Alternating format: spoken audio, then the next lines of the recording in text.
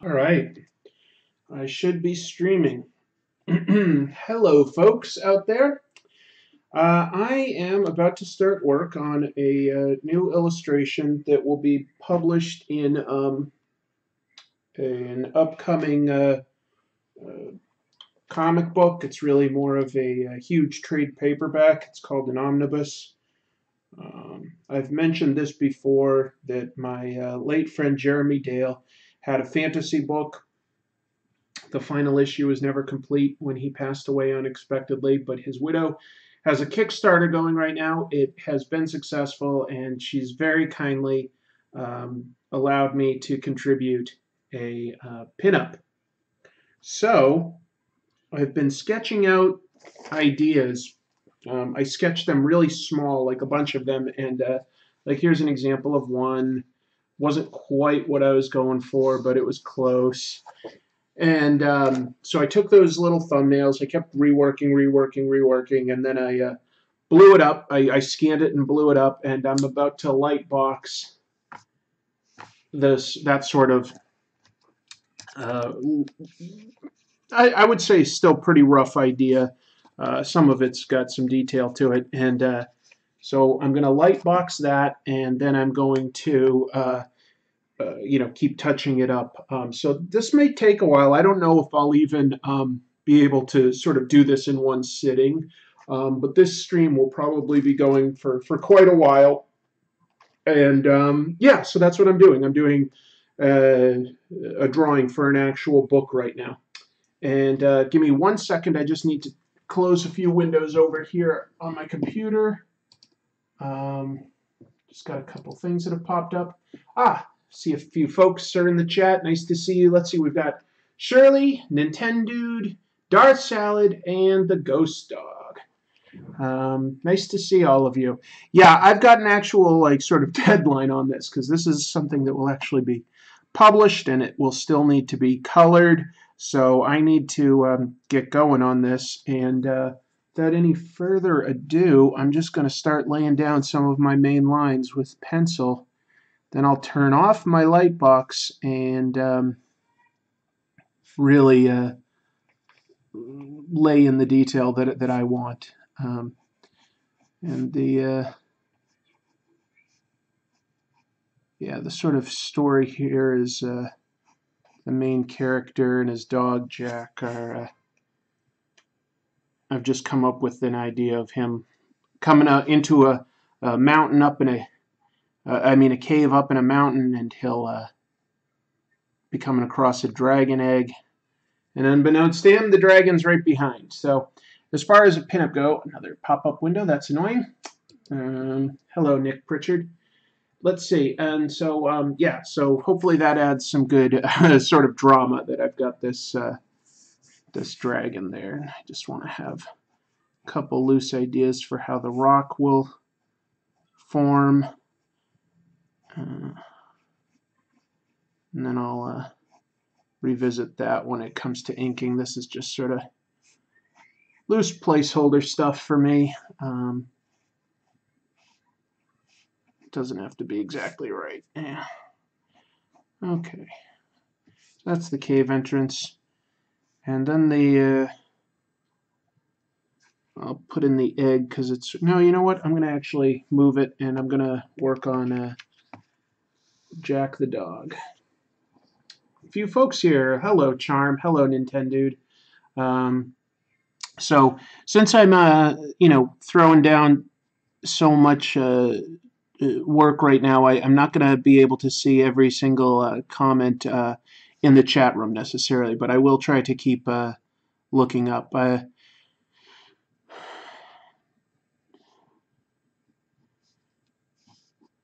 Yeah, do I have it centered? Yeah, I have it centered enough.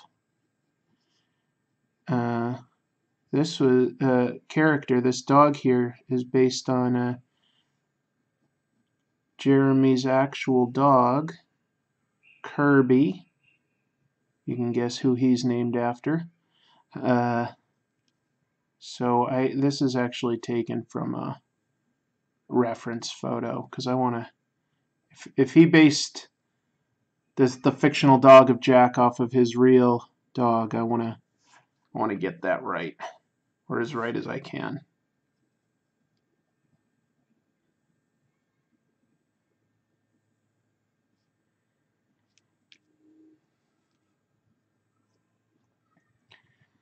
So throw down the main proportions, and then I'll come back and add the that I'll need later.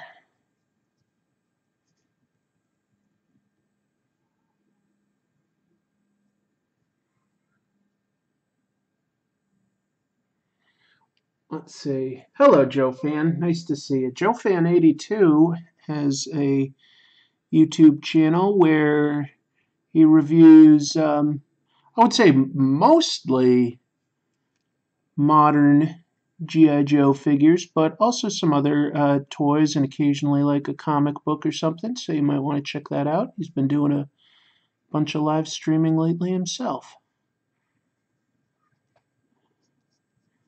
I'm not sure how many of you out there necessarily have YouTube channels. So if you've got one and it's never come up, go ahead and mention it.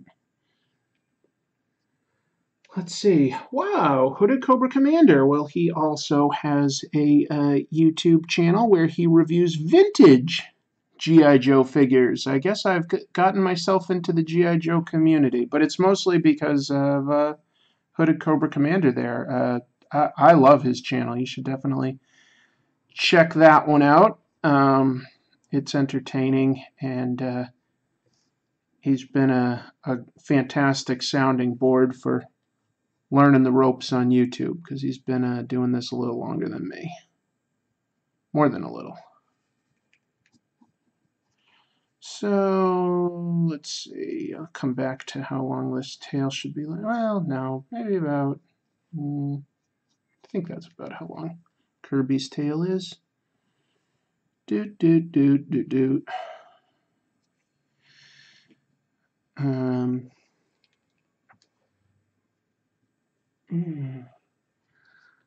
Hello, Dart. Did I say hello to Dart Salad? If not, hello.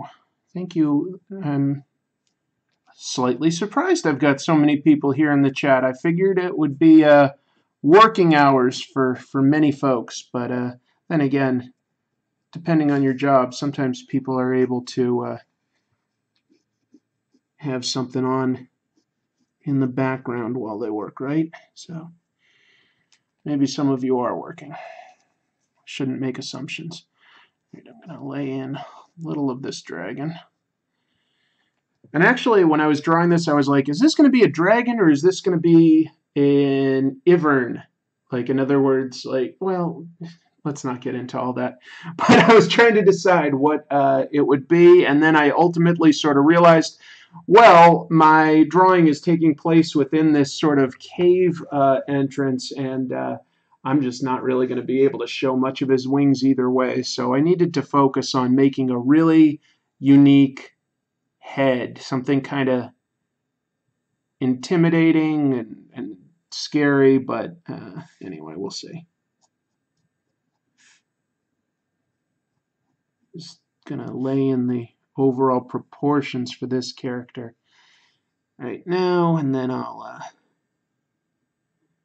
get back to drawing him later. It'll probably be one of the later things that I draw. Even though he's the main character, I want to get that right. He's very young, so I need to give him youthful proportions. Can be tricky. You get used to drawing lots of muscles when you draw comic book stuff. Actually, I might totally redo that arm, so I'm not going to really take care of that. I'm just sort of blocking in for myself what kind of proportions I'm going to want to give this guy, and a little bit of his costume detail for myself. Let's see, throw a leg up here. Yeah, that's coming along all right. Wow, a few more people. Gershgorish has joined us as Cosmos. Hooded Cobra Commander is running this in the background while he works. Thank you. Aldi is here. And Joe Fan is leaving to go to work. And TARDIS Rider is joining us. Yeah, it's pretty early for me, TARDIS Rider. That's, you know what? I need to adjust this because I'm drawing this character and I didn't have him centered. Sorry, folks. So you can sort of see that when I did the thumbnails and stuff, I was actually sort of breaking this into like the biggest shapes. But as I'm sort of light boxing him now, I'm losing some of those features. I'll just keep this line for myself and give him big bulky gloves. Kind of stubby fingers. This is, again, youthful. Right, 1, 2, 3, 4, 5. Jesus, sometimes you can lose track of how many digits you've given a character. That's not good. Very easy to throw in an extra digit if you're not careful. Some neck fur. I'll color that. I'll sketch that in later. Nice big dragon egg here. That's the MacGuffin of this illustration. And I wish I had an oval template on me. I don't right now. So this will be some rocks. Just block that in loosely, give it some more texture and detail later. Some more folks joining us. Hello, Jack Pride. Perfect timing for a live stream. It's 10:30 p.m. where Aldi is. Well, good. Amazing Fish Prince joins. It's pretty late there. Sorry to hear that you have a cold. That's no fun. And I'm gonna put in the scales because sometimes when you draw something as a small thumb, like this was originally, it's much easier to actually get proportions and details right than when you sort of blow it up. So I feel like these scales were pretty nice, and I want to kind of keep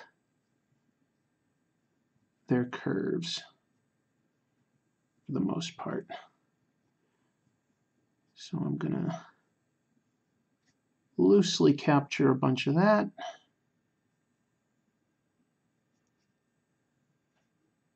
And then we'll go to the dragon, and then I'll finally block in some of the background. And after that, I'm going to turn off the light box and actually start drawing and making it what it needs to be. Then I've got inking to do, and then eventually the colors, which I'm not excited about because I don't feel I'm a very good colorist. I can do flat colors, but I don't really have any painterly techniques, so I may actually get somebody to collaborate with me on this one. I've got a couple ideas there to help me out with the coloring. I want to get it right. If you're just joining, this is going to be published in a basically a trade paperback collecting a bunch of the comics that my late friend Jeremy had created for a fantasy book he was doing when he passed away, and I've kindly been allowed to contribute a drawing to it, and you know, this is for a friend who's no longer got a voice, so I want to do a good job. Kind of only got one shot at it, you know. All right, a few more people. The comedian. What do you think about Marvel's fresh start? Oh God, just keep legacy numbering. It's so confusing to know where to jump on when you keep restarting everything with number ones. Top Turtle, hello. Thank you for joining. Okay, so let's see. I want to give this guy sort of a strange underbite here. So kind of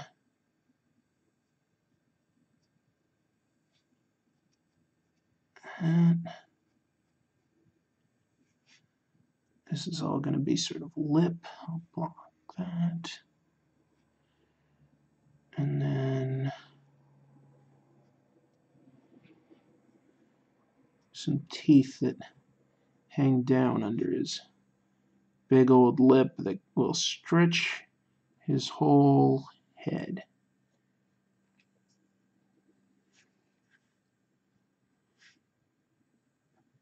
Yeah.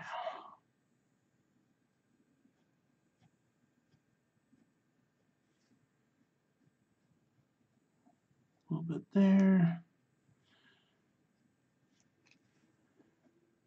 This will be his nostril.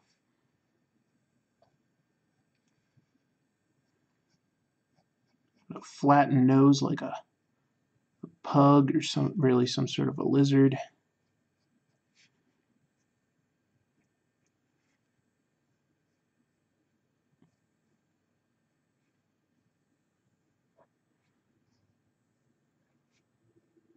And he's going to have a hell of a lot of horns and details like that I'm going to have to work on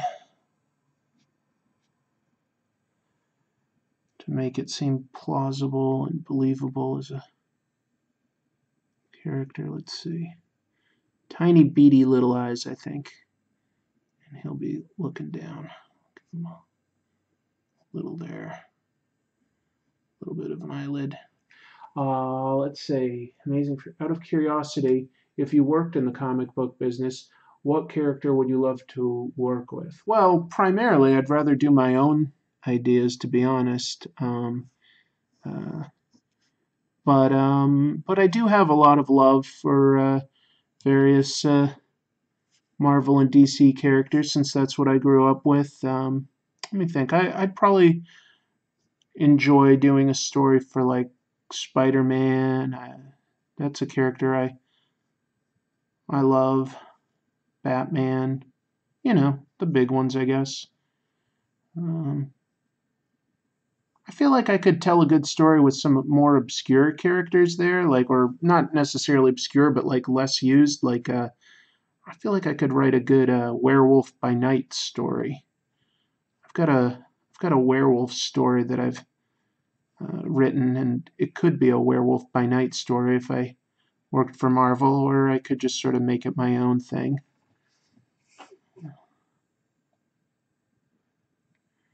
That's something I'd have fun doing.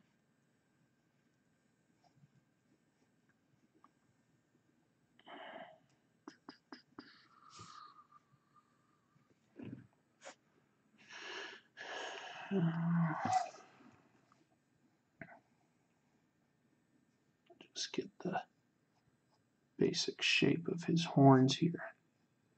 Sort of have those growing right out of his head, like organically, and then I'll have them sort of become like here. Like I want these scales to actually look more like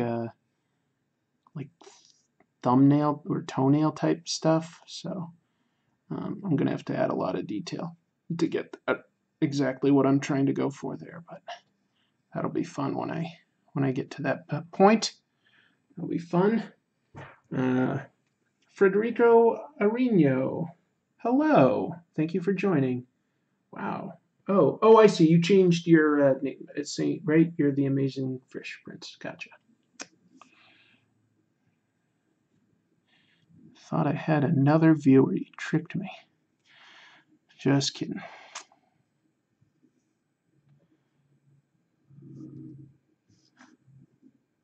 I want his head. One inspiration here is a bearded dragon. So I want him to have a bunch of sort of different sized little bumps protruding out. Thought that would be kind of cool.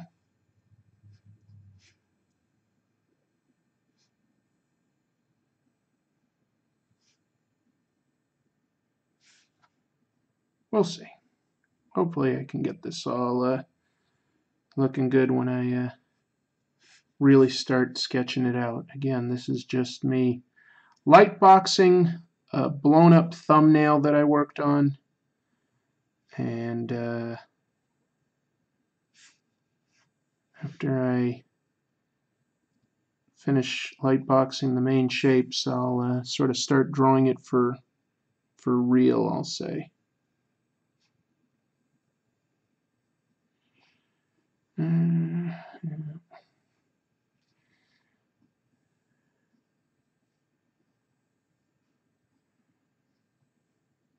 Hopefully this doesn't look like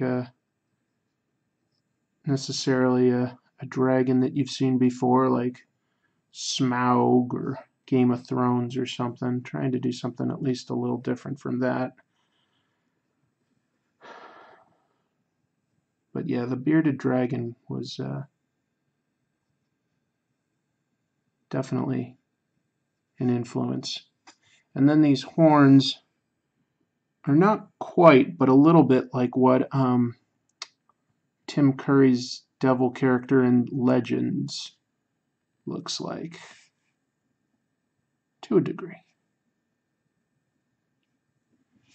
Sort of growing organically right out of the forehead. Michael Wisman, did you see the Adam Eve figure reveal today? I did. Not bad. Definitely see a little bit of Ryan's work, a little bit of Corey's work, what they're going for there. So, yeah, pretty cool.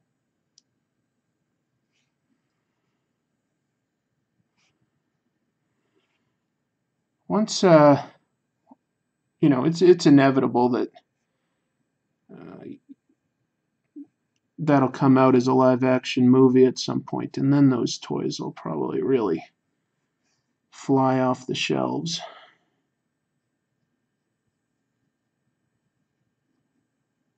If I had to guess, and I haven't talked to Robert about this, but if I had to guess, I would guess that's his next sort of big project. We'll see. Who knows?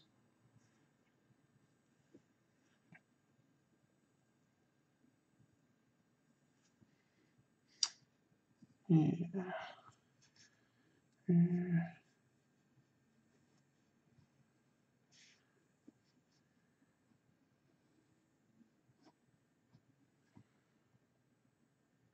I think that's the main details I need to get to draw this dragon, and then I'm just going to throw in a little bit of the background there. This will be a path.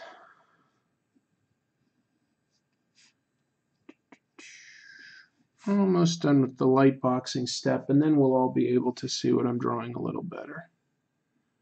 I hope.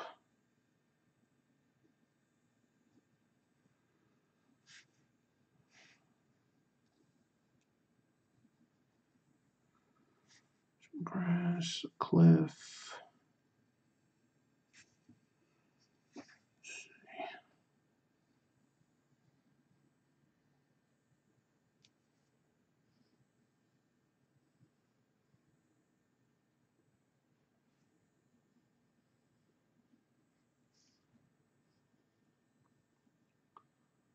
The mountains are very much inspired by the mountains that I can see behind my house, the Cascades in the Pacific Northwest. So that was kind of fun to take a little bit of real life for that. Little clouds be up here. I don't know what else. A little here, a little there. Little clouds get everywhere. Yeah, I'm gonna change. Nope, I missed a couple things there. Let's see, his back is gonna go there. That's his shoulder. And then I'm gonna change that arm position, I think. So yeah, all right. Now I get to draw for real. Jack Pride asks what I think of issue 144. He's talking about Invincible. I liked it. It was a happy ending, I guess, for all the characters, so that's nice.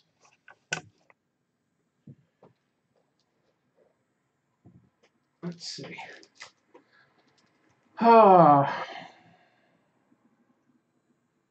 Somebody already asked about the final issue of Invincible. No, okay, so that's just Jack asking.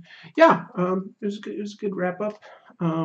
Yeah, happy ending. I always liked the more grounded stuff where Invincible was just living his life on Earth, but the space stuff is cool too. It became pretty epic. This is less of a haircut and more just like it's just sticking up because I haven't really tamed it yet today. All right, let me think here. Trying to think of how much I want to do with pencil and how much I want to do with ink. I want to do some with ink.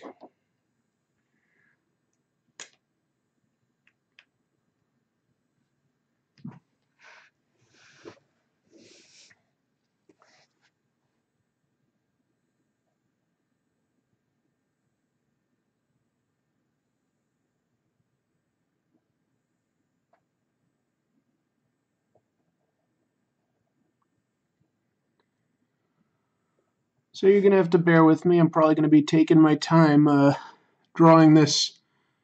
I don't want to make any mistakes. I want this to look as good as I'm capable of making it look. I don't want to let my friend down.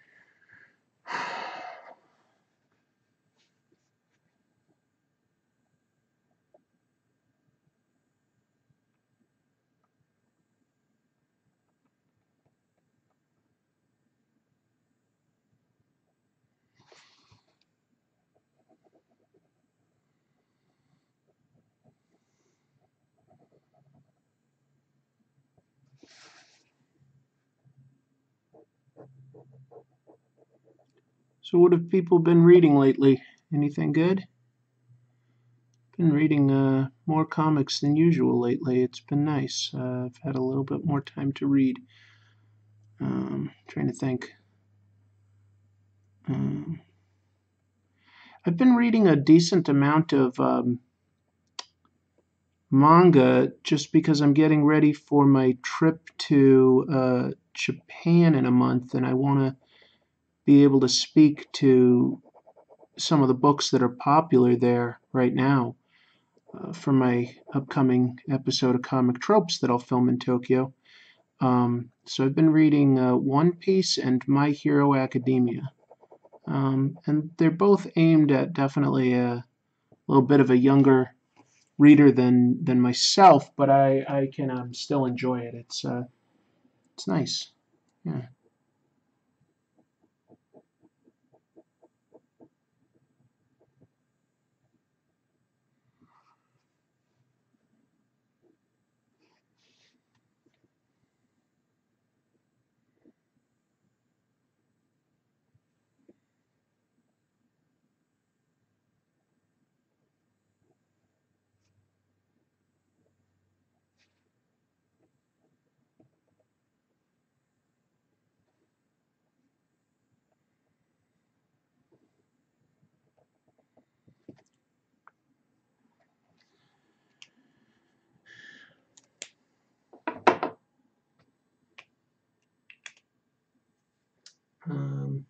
Let's see, the chat got a little quiet. I guess that's mostly me just sort of quietly working, but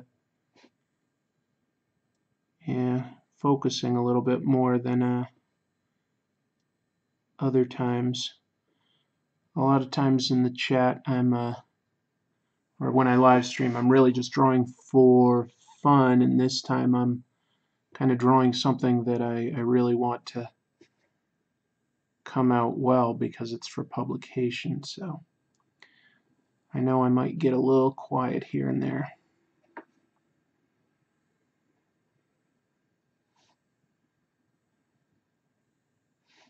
Hopefully y'all bear with me. Let's see. Aldi says, I am reading the 5th edition of the Shadowrun rulebook in my spare time. You know, I've never actually played that.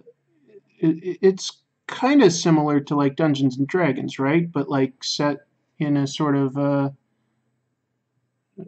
like Blade Runner-esque type world? Or am I thinking of something else? Feel free to correct me if I'm wrong on that.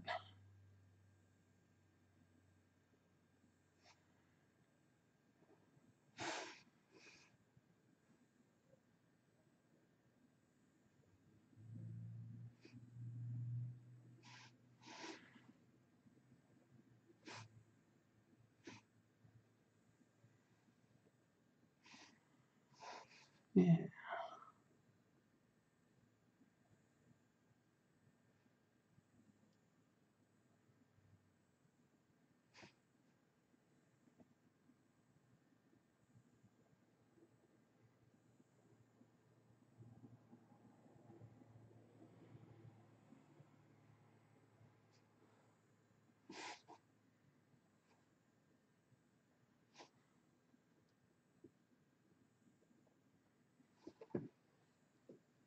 Sci-fi D&D. Very cool. Very cool.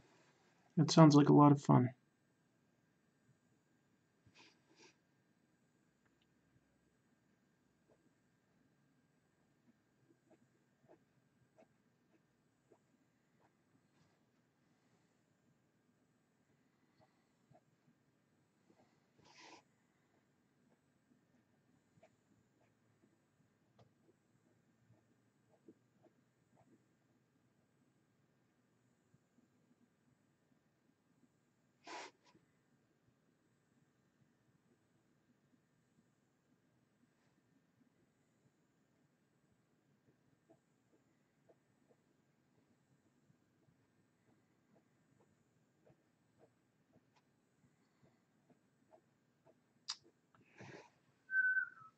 I've just been reading Union. What's Union, Jack Pride? Are you talking about that comic from, I want to say, the 90s? Or are you talking about something newer?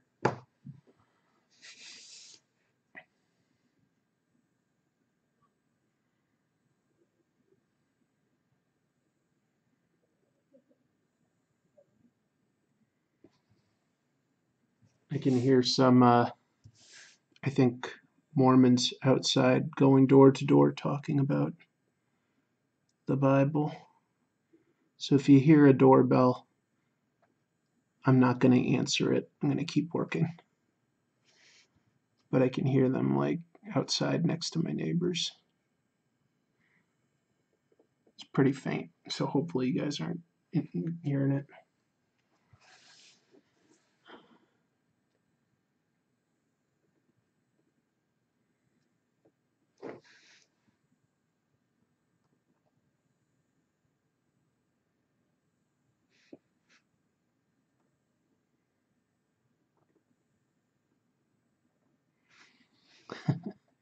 I wanted this dragon thing to be both intimidating and maybe a little goofy, and hopefully his teeth jutting out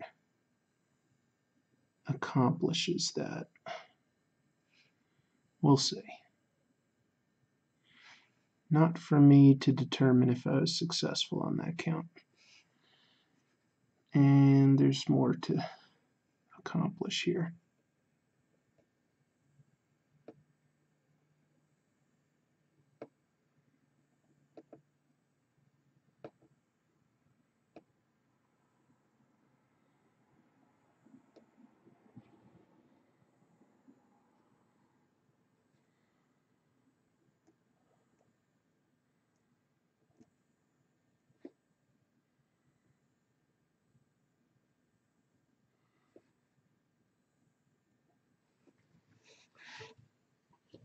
Yeah, Jack says he's reading the 90s Comic Union. Very cool. Don't really remember it too well, to be honest, but I remembered that it existed, so that's something. I can remember what the cover looked like, and I want to say it might have had a cover by Mark Texiera, but I'm not sure if he drew the whole book or not. It's just been too long for me to remember any of that.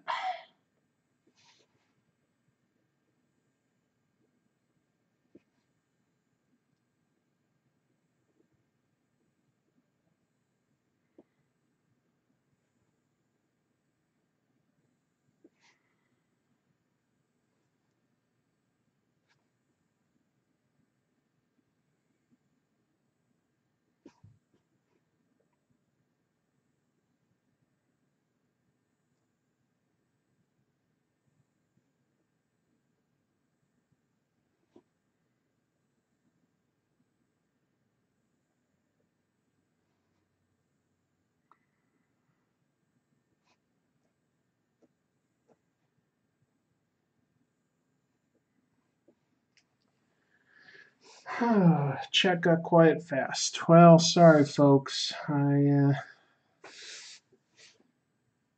Not talking as much as usual. Laying down a piece of paper so that I don't smudge lines.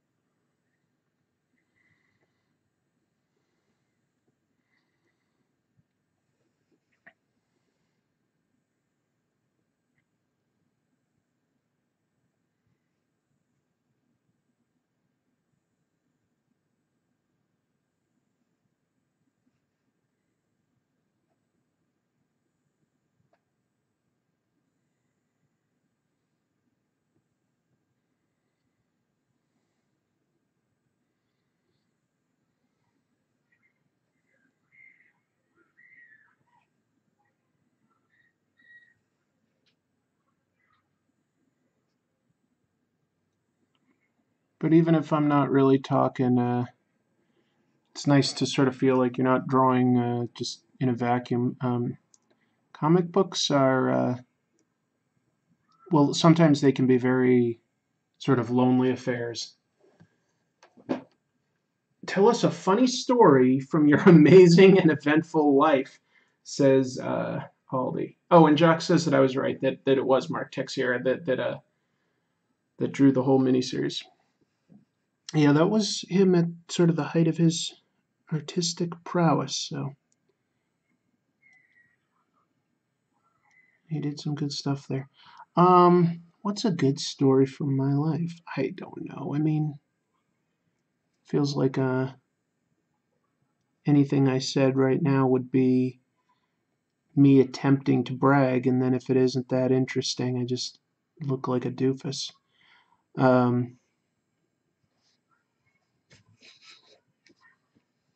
What would be interesting to people? There was the time me and a bunch of artist friends, this would be like early 2000s, were at the, it's called Wizard World in Chicago, before Wizard had like every convention under the sun. Anyway, we were going out to dinner after the convention. Kirkman was driving, rented van, and this was before GPS, so we got lost looking for a place, this certain place we were going, and we got into like sort of a suburban area, and we could see that where we wanted to be was like this sort of highway, but it was blocked by like a wooden fence. So we just drove right through the fence. We just smashed through the fence.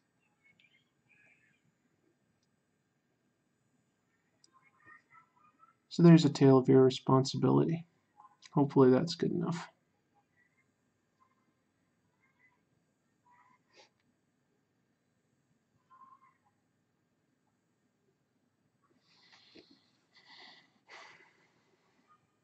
I've heard him tell that story, so I think I'm allowed to tell it too.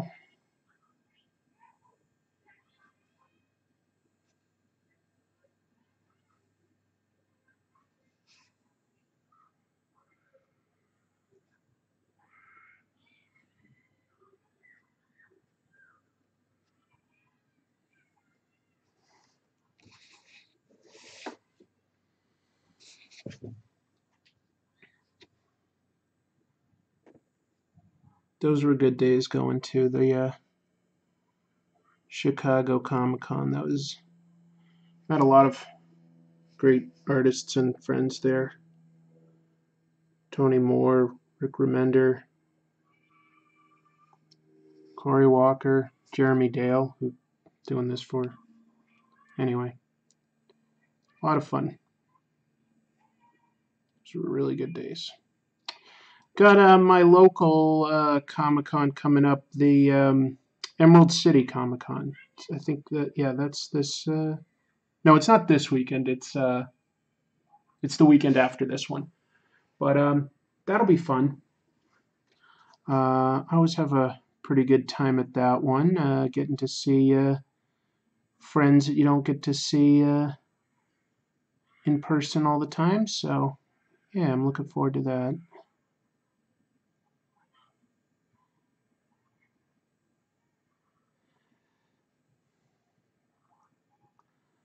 I hope this texturing that I'm adding is doing what I want it to do, which is sort of give the impression of like sort of like a nail, you know, like a really hard,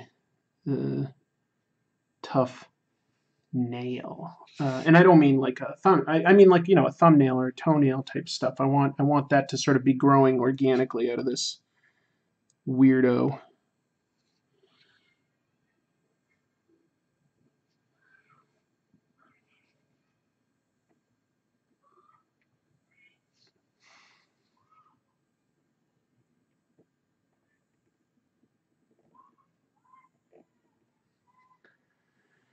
It sounds like a story straight out of a comic book.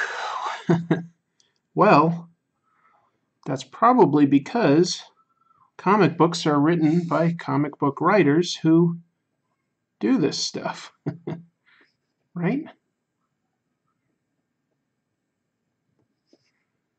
Oh my God. So one year at the Chicago Comic-Con, this would be a totally different year. My friend Maddie Field wanted to have a dance-off. This was after the convention ended, but at the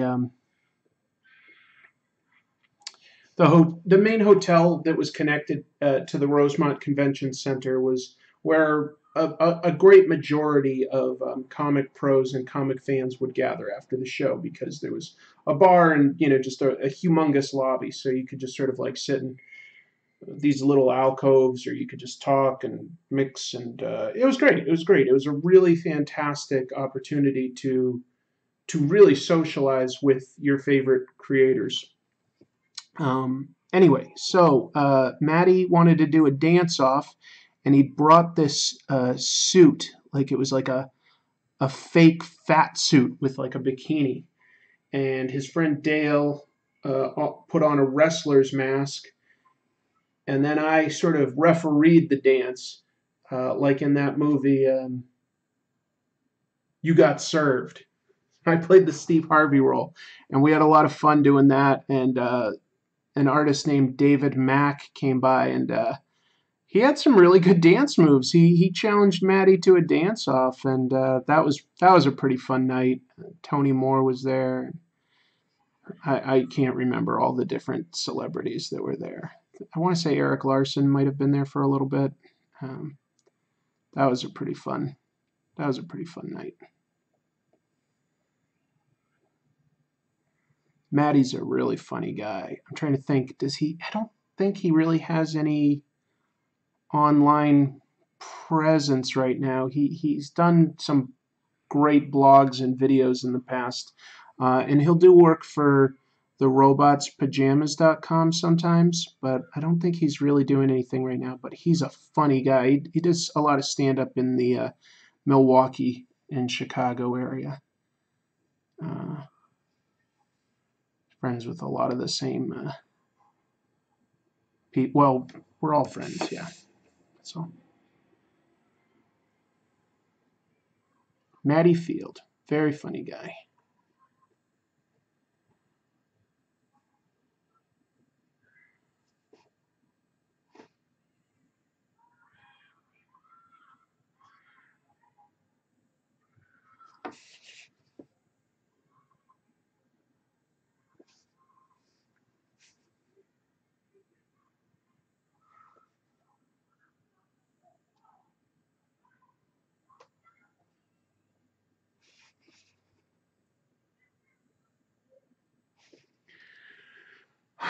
Did Tony Moore do a head spin? That's from Anita Bonghit. No, but Tony's a funny dude. He had a really humongous cowboy hat that year, I remember. And I don't know if it was his, but there was also like a really ratty mullet wig. So a lot of people were like trying on his hat, his cowboy hat with the mullet wig underneath. But I don't know if Tony brought that or if Maddie did. It's really hard to remember.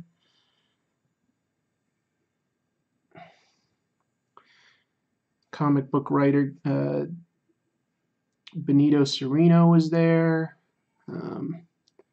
Artist Nate Bellegarde. And a few talented people that are no longer with us.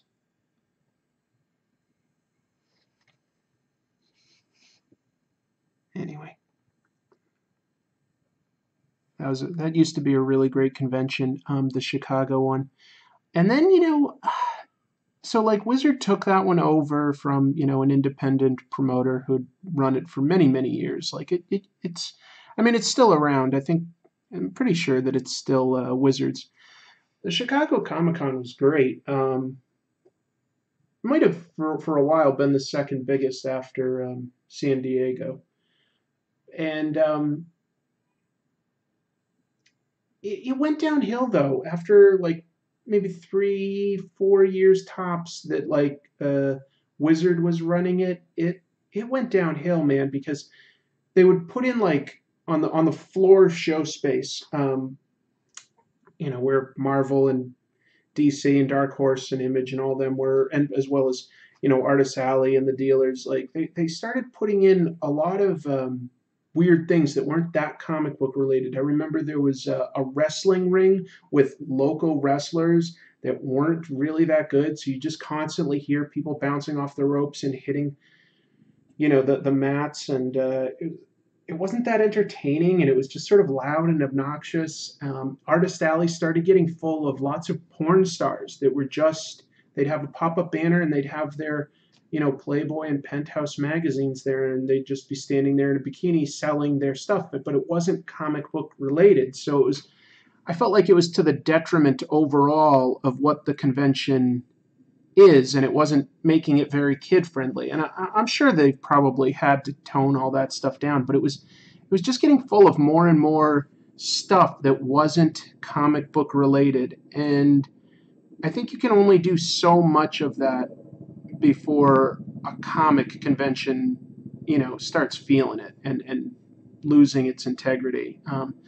It's just kind of, like sleazier, and it was dirtier. It was like literally physically dirtier. See ya, Hooded Cobra Commander. Thanks for swinging by, man. Appreciate it. Again, Hooded Cobra Commander has a fantastic channel. He reviews vintage G.I. Joe action figures, and not only does he do really good reviews where it's well thought out and planned and everything, but he very frequently has a great skit somewhere in there, so that's great. Aliens or Noobs joins and says, you should draw Doctor Strange getting strangled by Dormammu or Yellow Jacket biting off Blob's head. Okay, so somebody must have seen my Ultimatum review this week. That was not fun to review in a way. I was just like, how do you make this funny and still sort of speak to what it was? So I guess I didn't do a lot of jokes in that. I just sort of instead tried to relay what I considered its problem areas and then tried to explain how something like that gets made the way it gets made. Because I think that's more interesting to like sort of analyze, like, okay, well, anybody can just say, well, this moment is dumb, but like, how did that happen? Like, some people were making choices. This was getting shepherded through, the creative process somehow. So how did that all happen? Anyway, this week will be a much funnier episode, though, so. Because I know I've been talking a lot about comic book sort of history, and it's been a little more serious. So I wanted to do something a little lighter, and I found a story that I think is very amusing. I hope everybody out there likes it.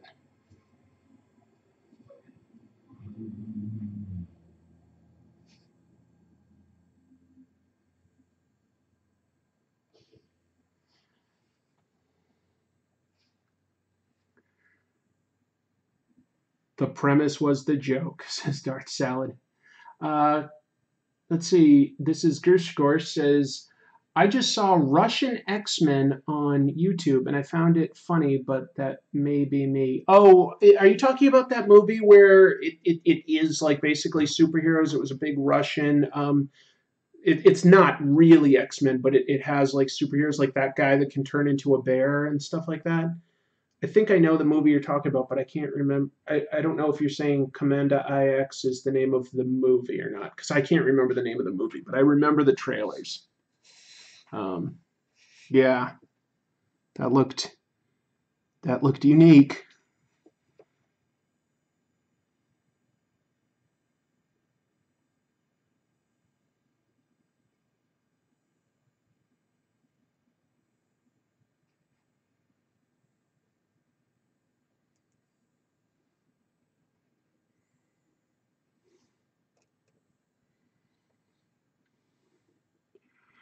I recently signed up for the CBS All Access because here in America, that's the only way to see the Star Trek show, Star Trek Discovery.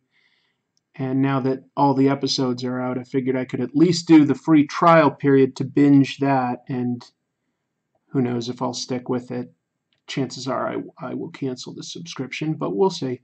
Um, I gotta say, I really like Star Trek Discovery. I don't know what the consensus on that was, whether people loved it or hated it or what, but I am all in. Like this, I love it personally. I think it's some really cool Star Trek.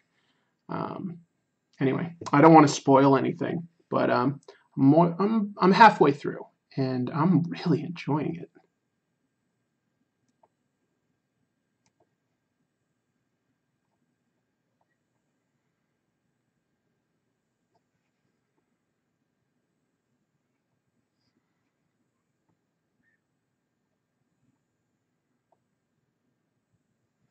So that was cool. Oh, Guardians, Guardians. Okay, that's the name of the Russian superhero movie, Guardians. Um, hmm, interesting.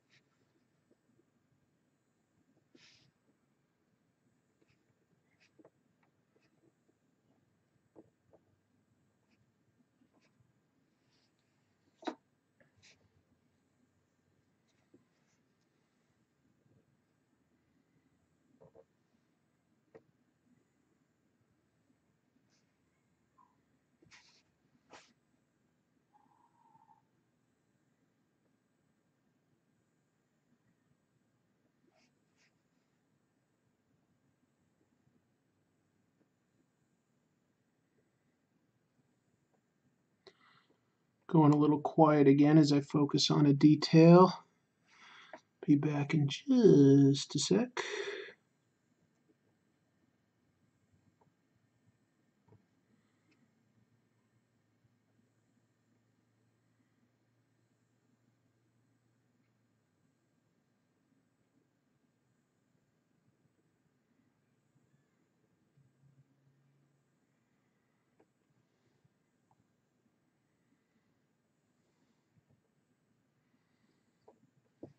All right, let's see. Nope, nobody said anything. Okay, good. good in terms of I'm not being a bad host.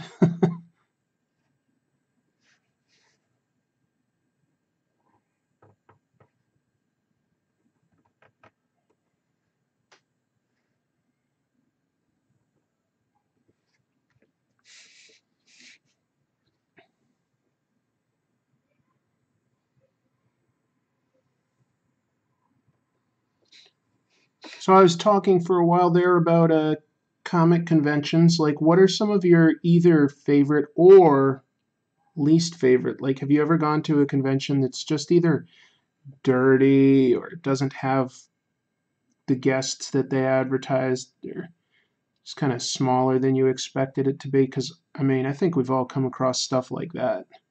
Sometimes that makes for an interesting story where you just like, you see a convention advertised, you head out to it, and it's like just like one hotel room. It's nothing. Oh my god. What do you do the pencils for the piece you were inking? Yeah, I did the pencils live at the beginning of the stream. I used a graph gear from Pentel. So yeah.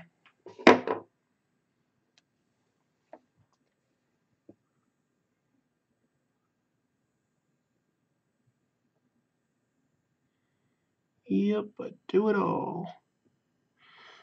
Do it all for my baby. Doing it all for my baby. She's as fine as she can be. Sorry, folks. Sometimes I get punchy drawing for a little while.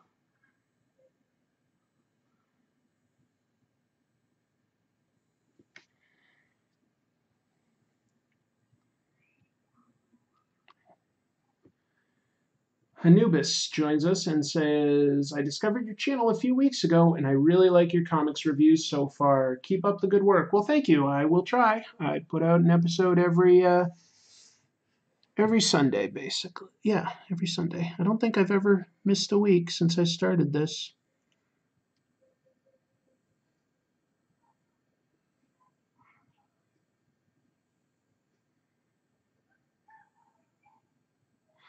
Every once in a while, I'll put some bonus content up too, so something related.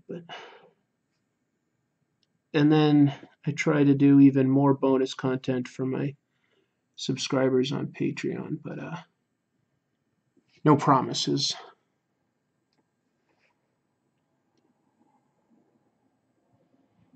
Just whenever I can fit it in.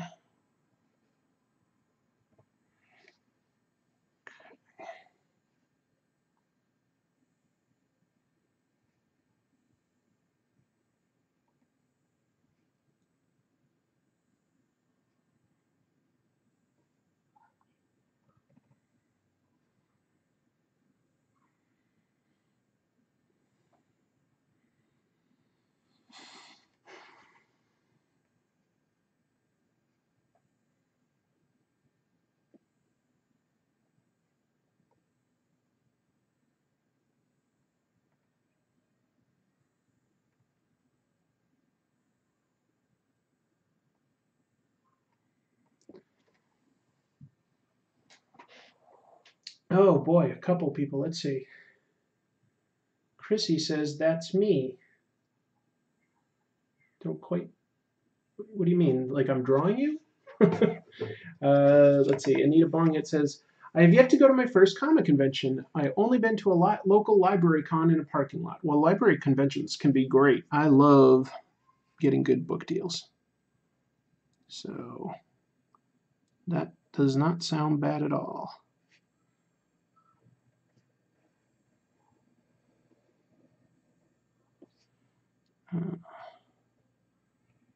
Let's see.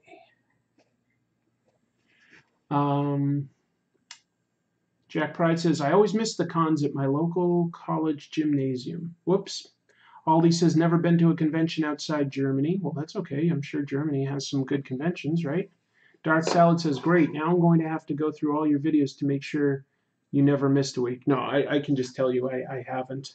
I think the closest was this past Thanksgiving. I had planned on taking a break, and I didn't do a full episode in terms of like a structured review, but I did look at a Donald Duck comic where he goes hunting turkeys, and I just sort of thought that was odd. So I sort of it's a little bit more stream of thought, but I did still do an episode technically.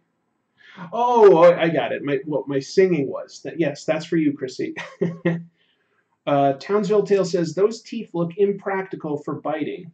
Well, you can see that I've like drawn like this line here. I consider him to have like a massive hinged jaw, like almost like how a bearded dragon like can just sort of like open way up. So these front teeth that jut out do make him look like a goofball, but I figure he's got lots and lots of layered teeth going back, and that his whole head can open way up. That's how I see this character.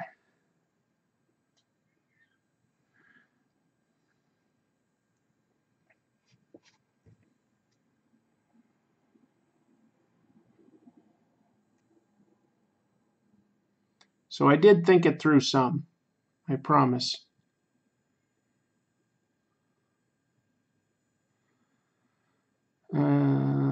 Yeah.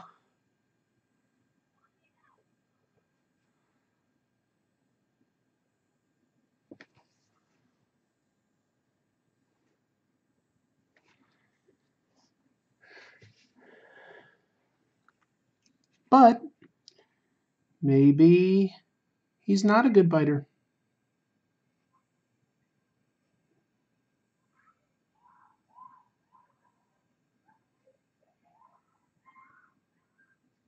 You guys hear the kids outside? I live across from a, I think it's a junior high, and there's a playground, and wow, sometimes they can get pretty loud. Not sure if it carries over. Their screams. It seems like they're constantly screaming.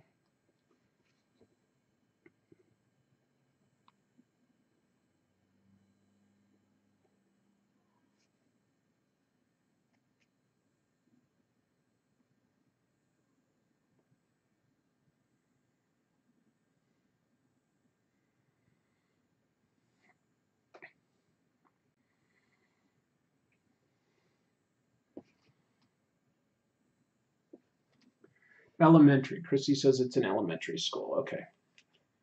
Darth Salad says, you actually did 2 episodes 1 week in June 2016, so I'm saying you're ahead of schedule. Yeah, there have been more than 1 week where I've done more than 1 episode in a week, actually. Not like as a regular thing, but there have been a few. So I've definitely, well, I guess you could calculate it, just like find what my first Comic Tropes video was and what week that was, and then like just do the math. Are there 52 episodes since then?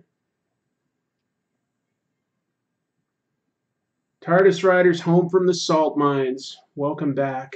Townsville Tale says, I'm being unfair because those are the sorts of things are never particularly literal, a dragon's biology, but there's different kinds of ways the teeth interlock for biting. These seem random.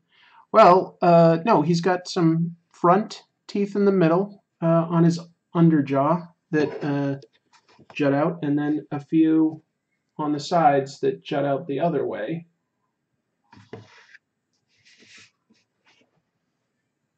I think it makes sense. As long as it makes sense to the artist, there's going to be a little bit of internal logic.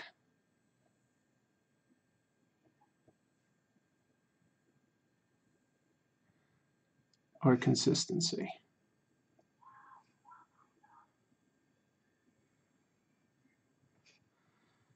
Okay, this makes more sense learning that that's an elementary school, like with the way they scream. Oh my god, these kids are so goofy. The dragon grew up without a good dental plan. Give him a break. That's right.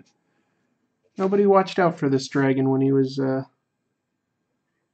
young little guy.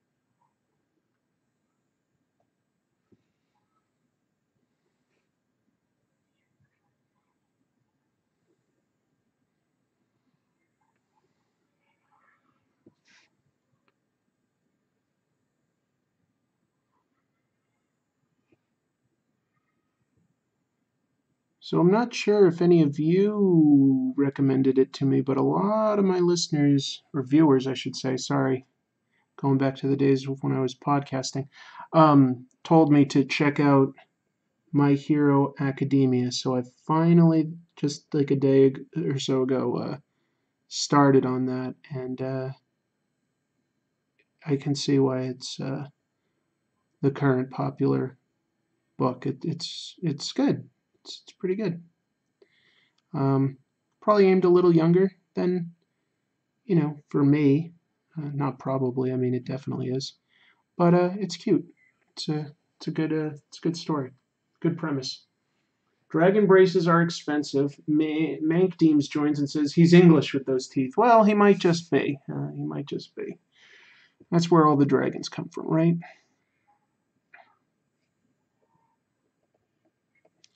I'm gonna make this jawline slightly more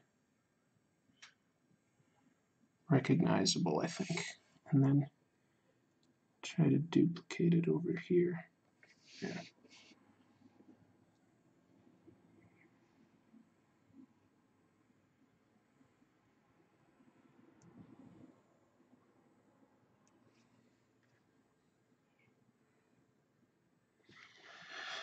Hopefully I'm getting there.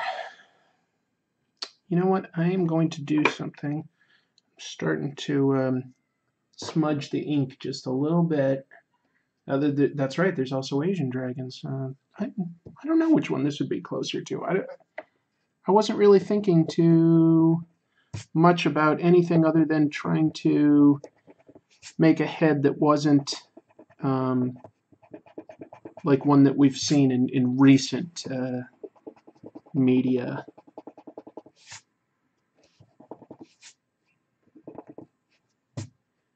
I'll have to clean that up a little in Photoshop. It looks like I did a couple tiny smudges, but that's not the worst. I can clean that up in Photoshop when this needs to get colored. All right, I'm going to move my focus for a little bit off of the lizardy bumps and work on fur. Anita Bonghit says, are you a fan of Southern Bastards? I'm a huge fan of Southern Bastards. Now, yeah, I think that's a great comic, but I do consider Jason Latour a pal. He's the artist, so I'm biased. Just take that into account. I'm biased. But yeah, I think it's a really great book. I think it's fantastic. Jason Aaron, I don't really know, so I can't be 100% biased theoretically. Is this a brush? Let's see if this is a thicker brush. Yeah, it is.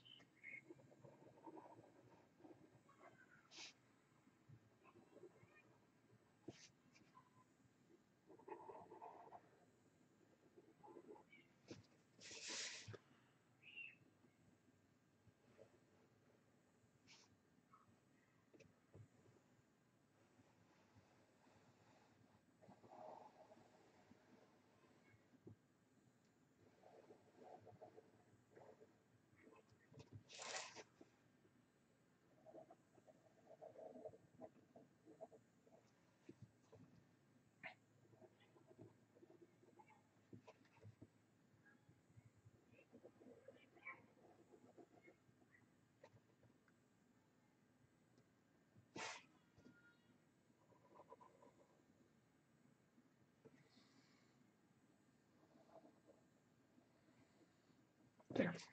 Okay. Who likes burgers more, Wimpy or Jughead? Oh, that's a good question. Wimpy from Popeye or Jughead from Archie? See, the thing is, like, Wimpy scams his burgers. Jughead usually gets his own. I'm wondering if that's sort of shows that Wimpy's more desperate to get those burgers. Still, I think that Archie goes a little more cartoony than even Popeye. Oh, no, it doesn't necessarily. I take that back. Ay, ay, ay. Who likes them more? This is a great question. Who likes them more?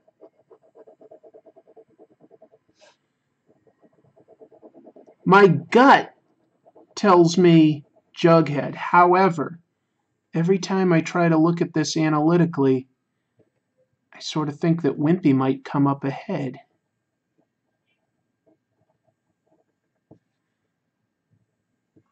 I'm going to say Wimpy, even though I want to say Jughead. Wimpy enjoys them more, but he doesn't get them as often because of his poor credit plan. Yeah, he enjoys them more. That's a good point, TARDIS Writer. He might enjoy them more. He just doesn't get them as often.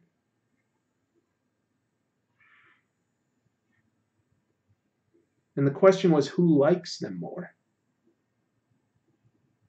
Wimpy's liked them longer because Townsville Tale figured out that Jughead came out in 1941. Wimpy is from 1937. So that's 4 years of burger eating that Wimpy has on Jughead. You know what? I think that settles it. Wimpy has 4 extra years. Wimpy likes burgers more. That's a really fun, goofy comic book question that only comic book nerds would take the time to think about. And I mean that in the sweetest, most endearing way possible.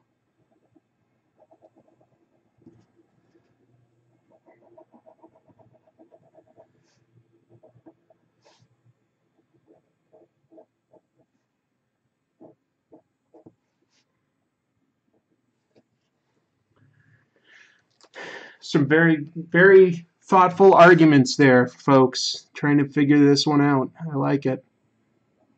That's why I enjoy when I need to draw these days, doing it on a live stream because of those kinds of conversations. Keeps things more interesting.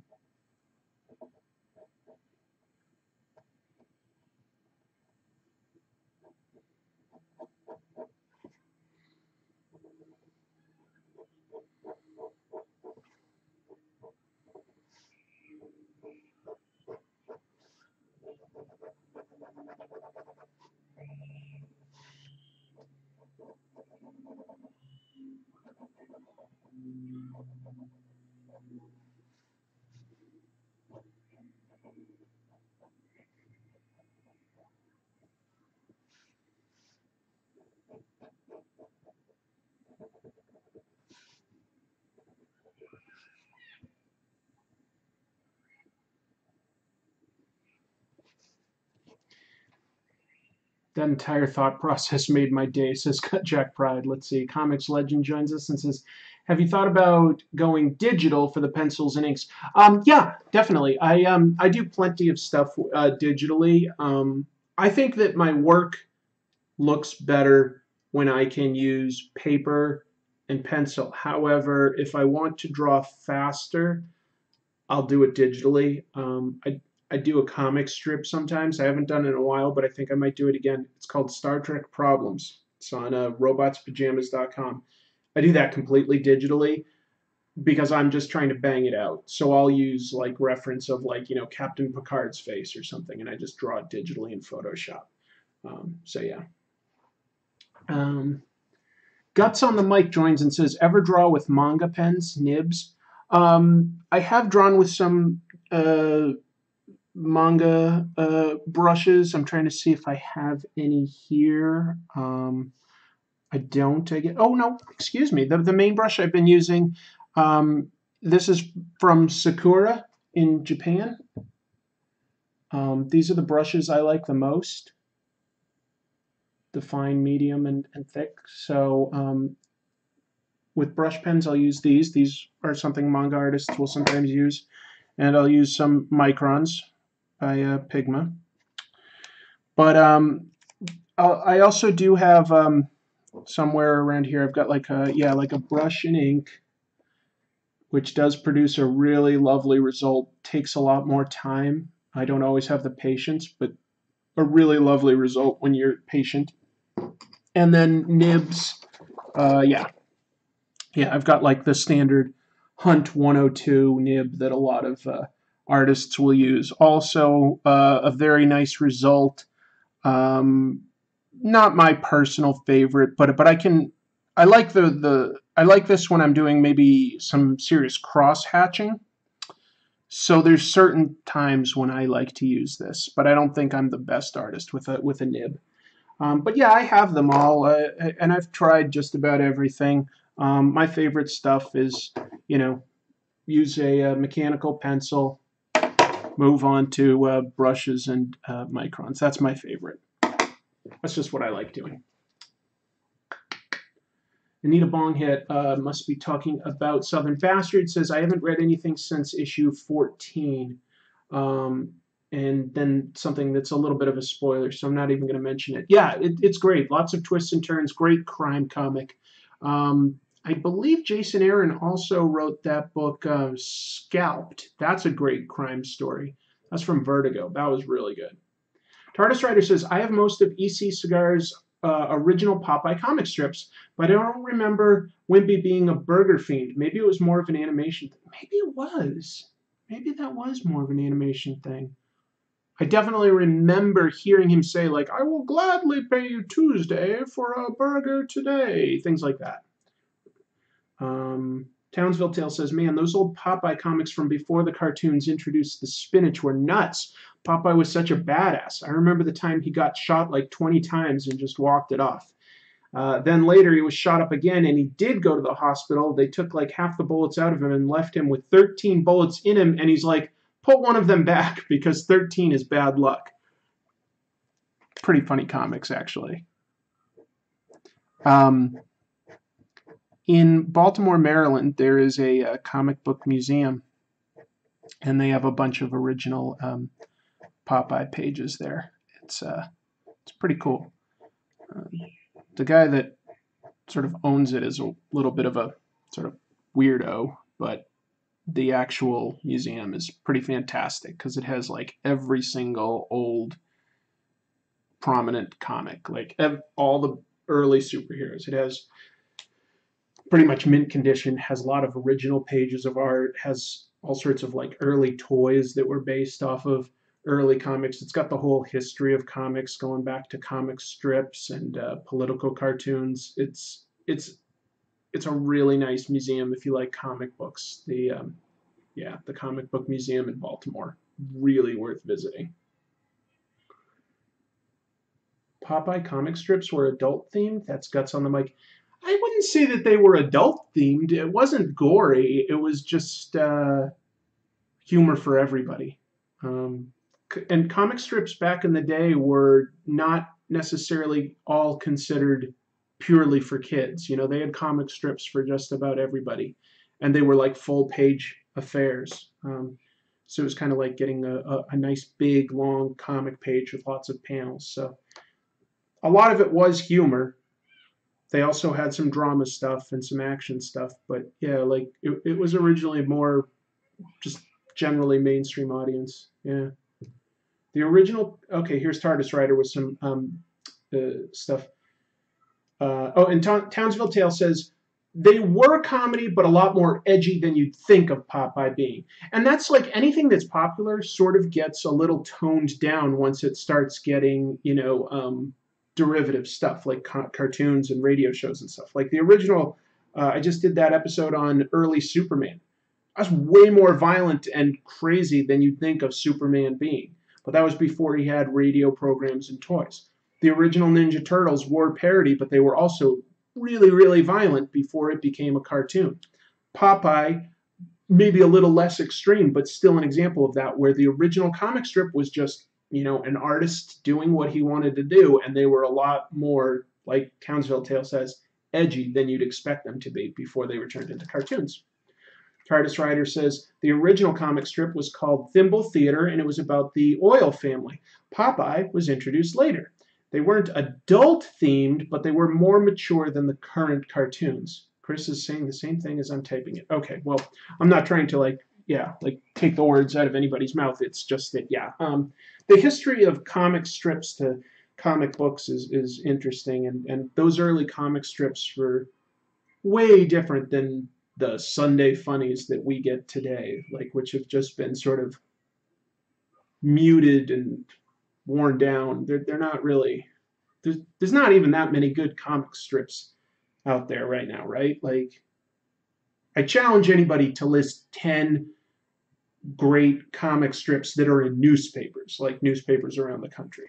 I'm not saying, like, no online stuff. Like, I don't think that there are 10 great comic strips right now.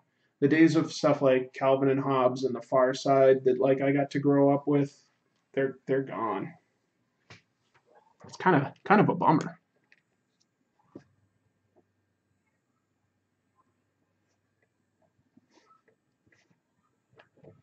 Oh yeah, I was doing the dog.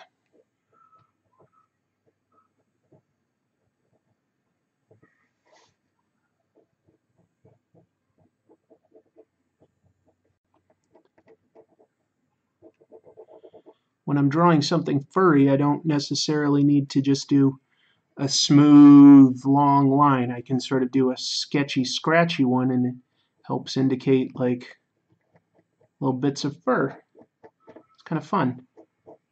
A little different than how you sometimes get to use a pen. Townsville Tale says, there's a Sunday strip that always sticks with me where Popeye straight up punches a horse to death. It's hard to imagine him doing that now. Definitely. Jack Pride says, I actually remember a 16-year-old from my high school doing a PowerPoint on Calvin and Hobbes. Well, that's interesting. Calvin and Hobbes is one of the all-time great comics. And, yeah.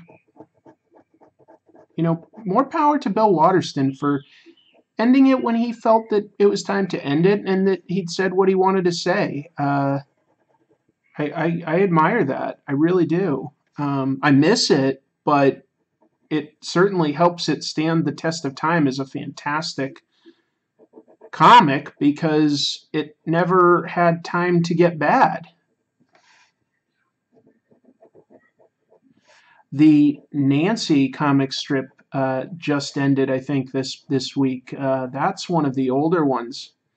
I forget what it was originally called, but Nancy used to be more of, like, it was a light comedy that focused on the character that became Nancy's aunt, and then eventually they introduced Nancy, and within, like, a year, like, she was more popular and she took over, and that's the character we all remember, if we remember it at all, her and her friend Sluggo. But yeah, they finally wrapped that one up. It's always weird to me, though, when comic strips go beyond the lives of their original creators, you know? Just doesn't quite seem right.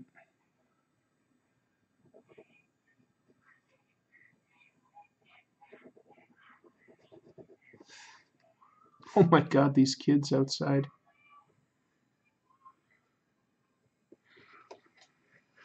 Hello, Sly Fly Guy. Welcome.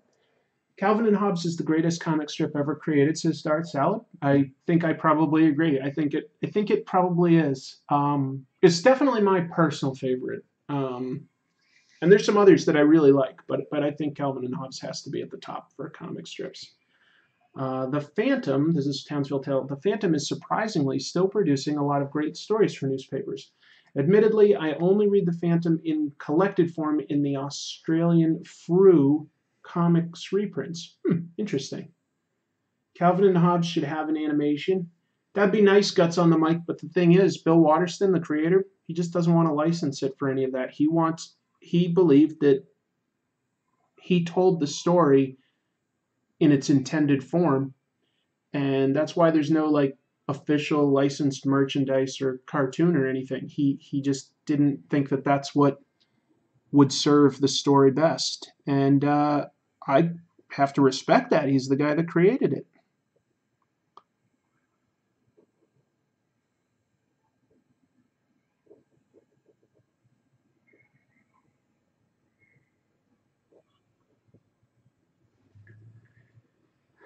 There was a Sonic the Hedgehog comic strip for a while. I'm sure there was. Pretty popular property, huh? Although I've never quite understood its popularity. But that apparently makes me the weirdo.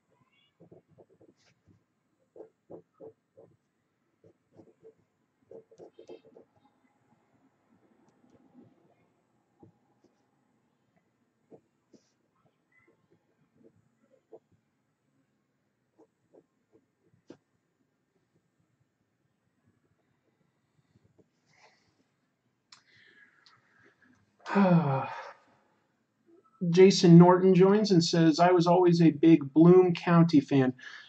It's a pretty good one. It really is. Berkeley Breathed, talented guy.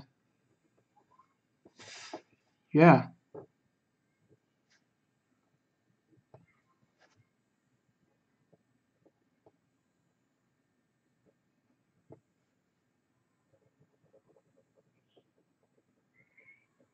Drawing a pupper's nose.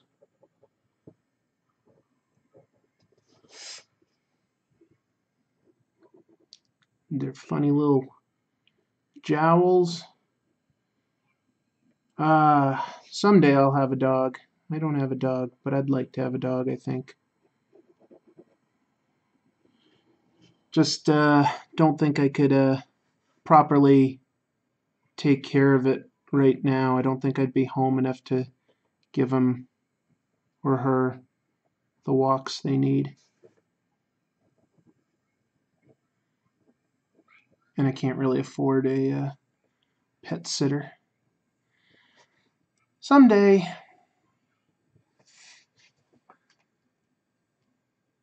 Mind the Comics join says, hi all, I just recently read read a good bunch of Walt and Skizik's comic strips. That's also known as Gasoline Alley from the 20s. Wonderful stuff. Gasoline Alley is pretty influential.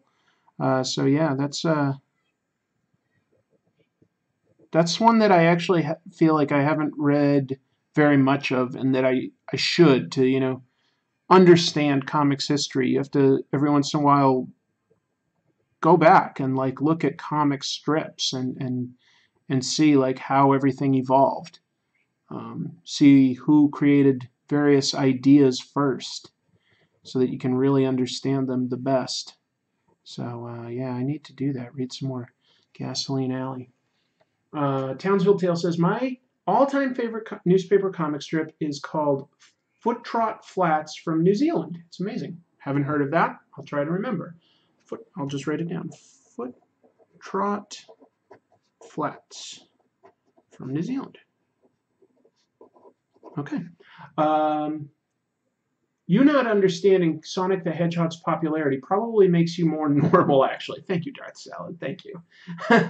Gasoline Alley is pretty amazing. I also recommend the Fantagraphics reprints of Prince Valiant.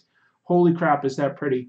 Yeah, I never really cared too much personally for the stories within Prince Valiant, but the artwork, especially for its time, some of the best. Yeah, Prince Valiant, really, really good artwork for its time. Really set the bar high. Nerddom fact, Popeye was Robin Williams' first lead role in movies. Yeah, it's true. Weird movie, kind of pretty weird. TARDIS Rider says, Hal Foster, Prince Valiant, was amazing. You should also check out Alex Raymond and Bern Hogarth. I don't love Bern Hogarth, I have to say, but everybody has their tastes, right? Alex Raymond I like, but Bern Hogarth, never really spoke to me. I'm just a weirdo.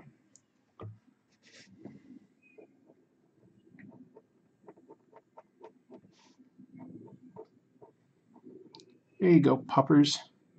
Giving you your fur.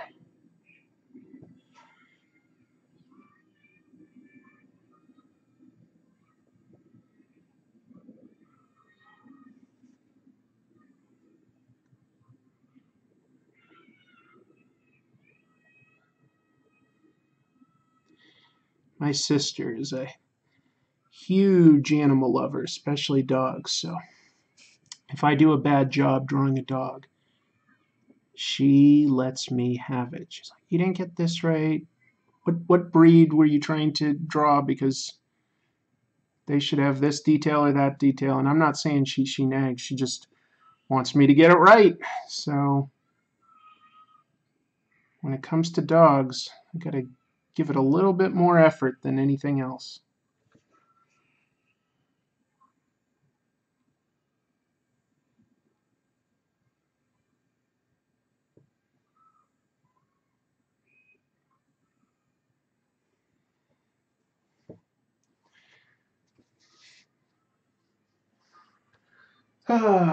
If you want to see a comic strip that plays with the form of comics, I recommend looking up Crazy Quilt too. Okay, I'll write that one down too. I don't think I've read that. Crazy Quilt.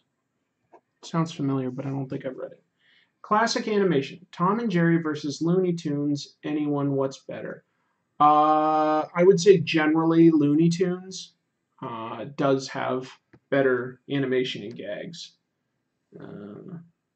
Tom and Jerry has so many different people at the helm. It's like hard to say. And yeah, so I could get taken down a rabbit hole talking about that, but I'm going to go back to focusing on my drawing for a minute. Actually, I think I'll go back to the dragon for a little bit.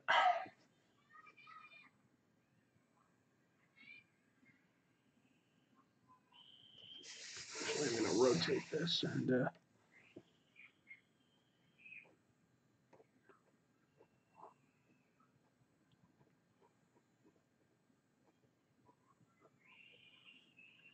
oh my god, those kids out there are just screeching.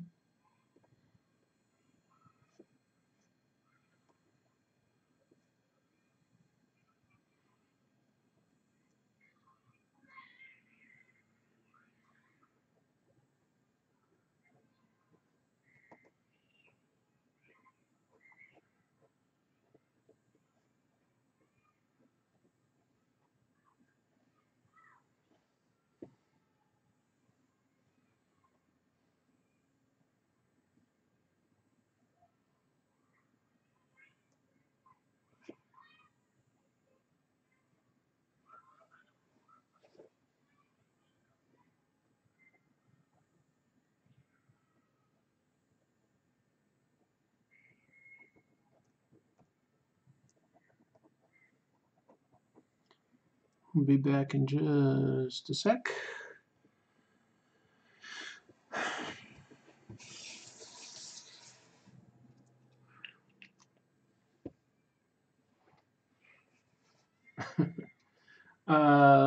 Darth Salad says Tom and Jerry is more nostalgic for me, but I'd say Looney Tunes has better animation. I think in general that's yeah, I agree. Crazy Cat's George Harriman was black. This wasn't widely publicized, but he was kind of secretly comic strip's first black creator. That is true. Yeah, Crazy Cat was a pretty weird, funny comic too. At the Small Press Expo, which is held in Bethesda, Maryland every year. Their awards are called the Ignatz Awards after a character in Crazy Cat.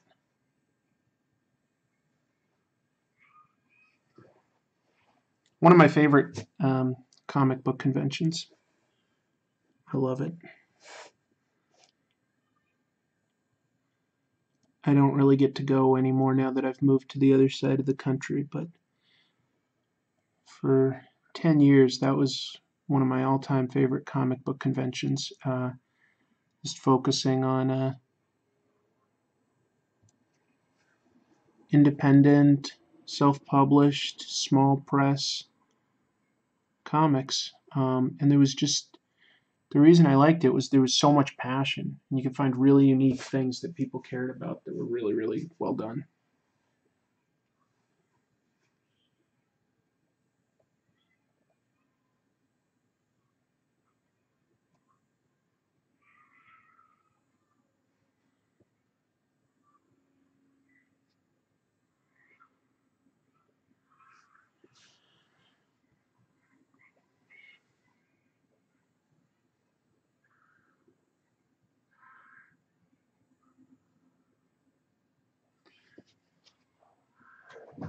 wonder if that's Townsville Tales talking about Crazy Cat didn't know about what TARDIS Rider just talked about the history and says, I wonder if that's what part of why Crazy Cat struggled to get distribution penetration. I don't know. I mean, it was a pretty big secret that I don't think like a lot of people knew about, that it was done by a black artist. So I think it was more just like that the comic strip itself was kind of weird and just different enough that it might have been that kept it from penetration. But I don't know. I'm not an expert on the history of that, so it's an interesting question.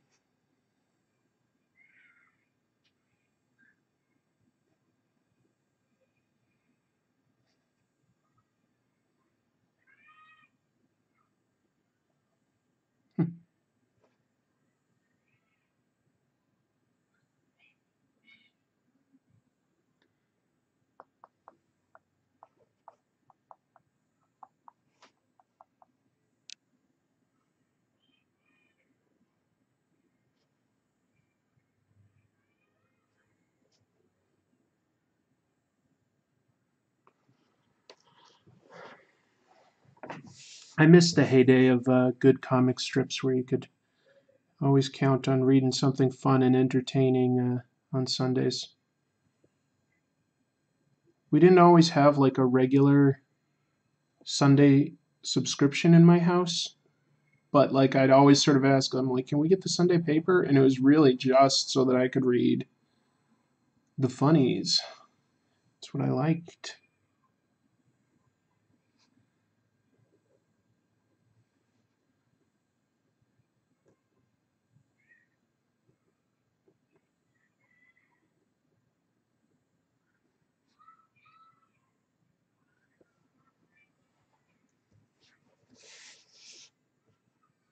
It's getting there.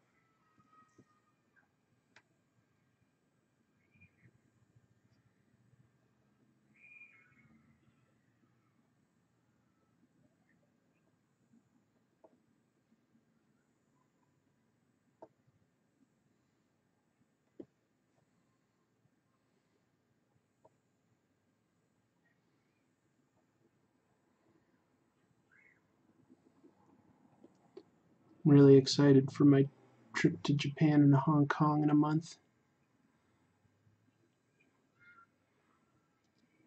But for comic tropes, whew, it's a lot of extra work because I'm trying to plan ahead so that there's still content and that I can make episodes there, take advantage of the fact that I'm in a different place where there's different comic book stores, different comics, just like I did when I went to England. And yeah, I just want it to be, I want to be able to take advantage of it. It just requires a lot of pre-planning.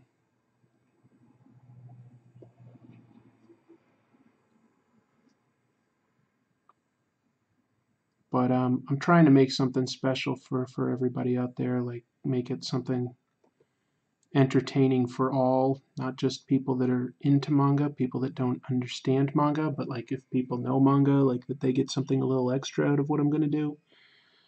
Whew, I hope I can pull it off. I think I can. I think I can. Just very busy.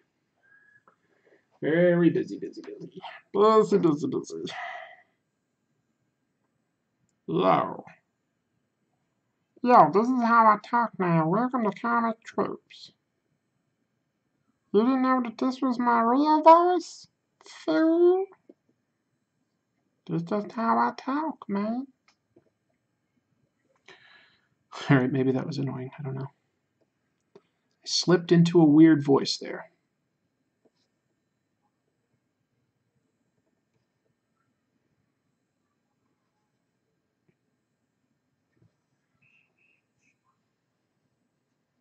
Nobody's talking. How many people are even in there? I'm going to reach across. And there's just 12 folks in here. 12 folks. Not many. Not many.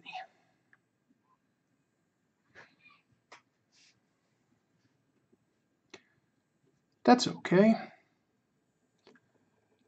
Just means that we get to know each other better, right?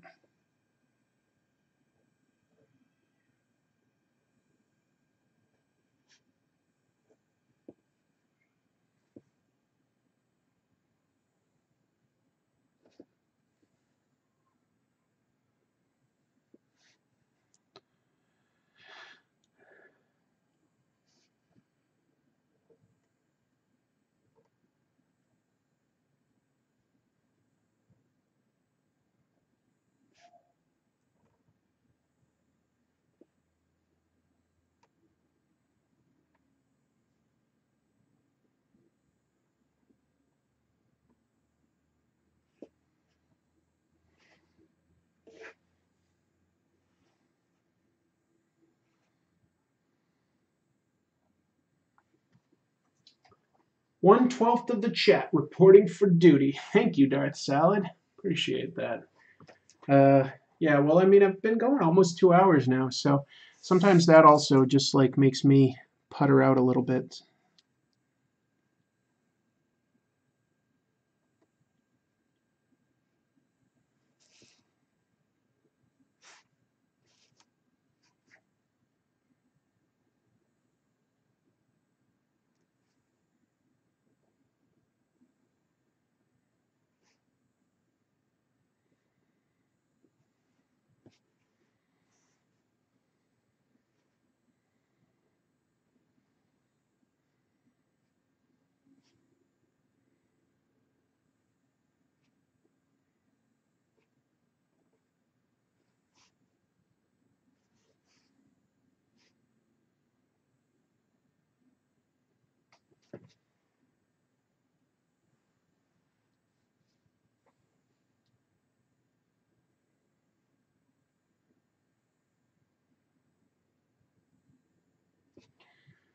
How did everyone feel about Roger Rabbit? I grew up watching the reruns. I guess I didn't know that Roger Rabbit was turned into a cartoon or anything. I only know the movie. That's all I know. So when you say reruns, I'm in the dark on that one. Sorry.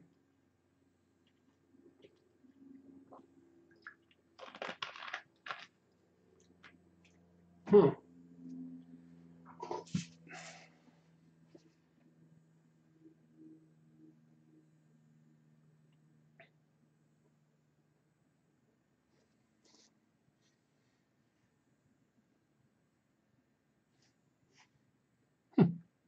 Was there a Roger Rabbit cartoon? Is that what is being discussed? Because if so, I definitely don't know about that.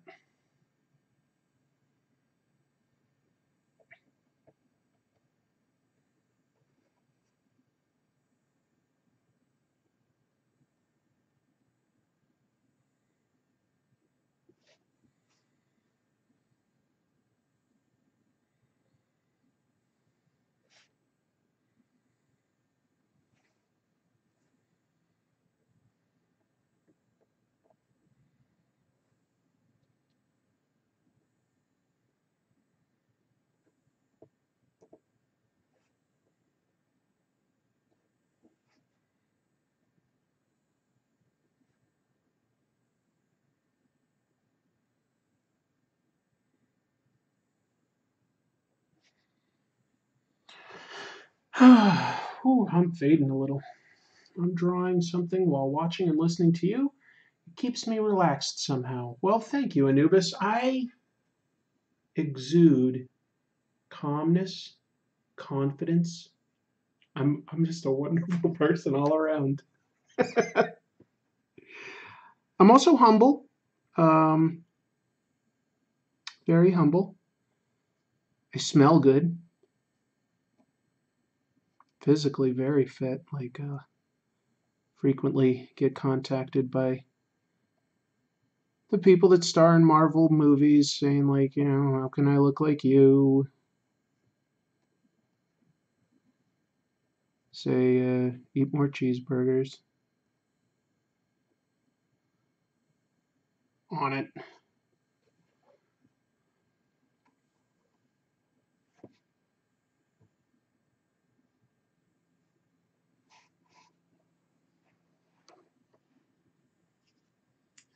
Okay, let's see. Darth Salad talking about Roger Rabbit, I think, says that movie was very interesting for my growing 12-year-old self. TARDIS Rider says, I don't know about a Roger Rabbit series, but believe it or not, the movie was based on a book called Who Killed Roger Rabbit. I've read it. It was better than the movie. And yeah, I knew it was based on a book. I've never read it. I've never read it. I don't know what it is, what the difference is. Oh, Jack says that I just meant they would show it on regular television from time to time. Oh, okay. So you are talking about the movie. It's a great movie. Yeah. I loved seeing all those different animated characters on screen together. Like, I was young enough that that was really exciting in and of itself for me. And I'll say that Christopher Lloyd's Judge Doom character, like, freaked me out big time when I was young. The first time I saw it, I was like, "Oh no, no, no, no, don't like that." But I kind of find it funnier now, and yeah, I always wanted the Nintendo video game.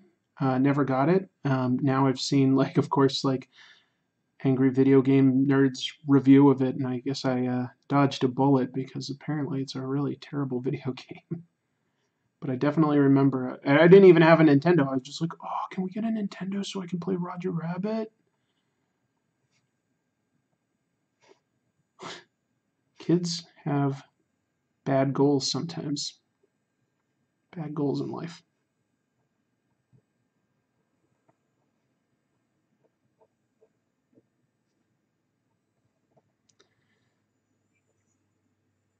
What was a toy, a book, a game, something that you really wanted when you were young that you didn't get? Because I remember when I was very young, I really wanted the Ewok Village from Return of the Jedi. Like, Kenner made an Ewok Village. I really, really wanted it. Never got it, which is fine. I'm just saying that there's always like things, but I still remember it. You know, that's what's funny is that I remember that I wanted it. Um, what's something you always wanted and you asked for and you were thinking maybe this birthday or this Christmas or something like that I'll get it, but it never came to fruition. What's something like that for everybody out there?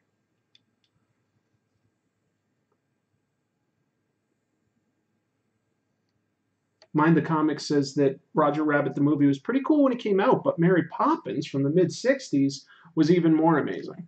Well, it certainly had great songs. That's true, and I did like seeing like Dick Van Dyke dancing with penguins and stuff. And as a kid, I couldn't tell the quality level between different things. You know, so to me, I was just like, yeah, that's a guy dancing with animated penguins.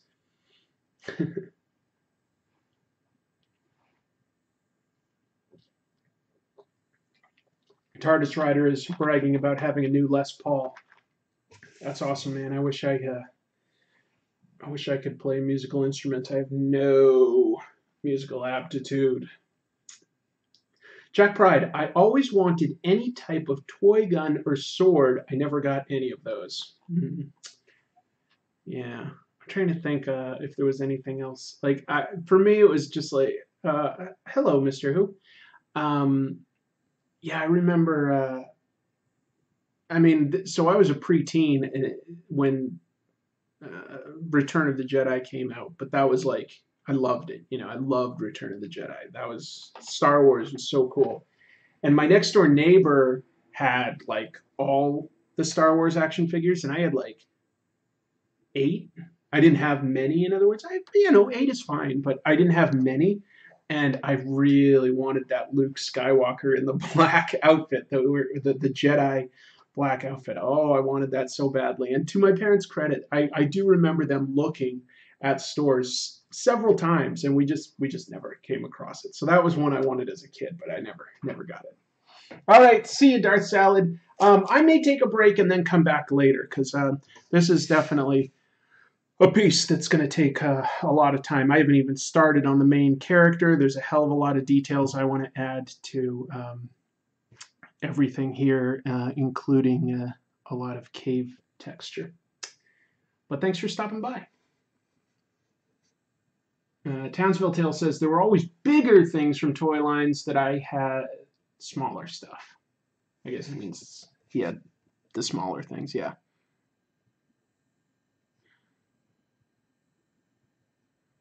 I knew a kid that had the G.I. Joe USS Flag, and I was like, Jesus. That to me felt like he was rich, but in retrospect, I think parents weren't necessarily rich. They just kind of spoiled him on that one, which is fine.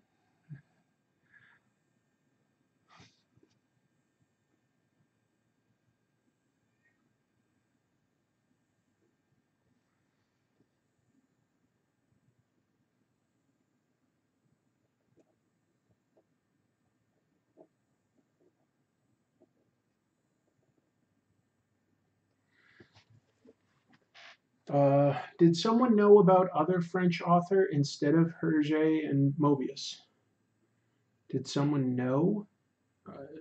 I don't know at what point you're talking about. There's obviously tons of amazing French creators. Townsville Tale says there were always bigger Transformers that I wanted or a bigger Lego set that I wanted. Yeah, I think that's true for all kids, huh? Townsville Tale says the USS Flag is enormous but doesn't do much, I guess. You know, I don't know if it did or did not do much, but it did some stuff. I remember that there was like a deck that would rise and fall for like raising equipment. There was areas that you could put like, figures in the command center. I think it might have even had a speaker, like you could speak through the sort of command center on a speaker and it would amplify your voice. Certainly big enough that we could basically just land a couple of his airplanes on it. So it seemed cool to me at the time, but we were also very, very young. A lot of those giant playsets never came out in Australia, just too expensive to import ship them.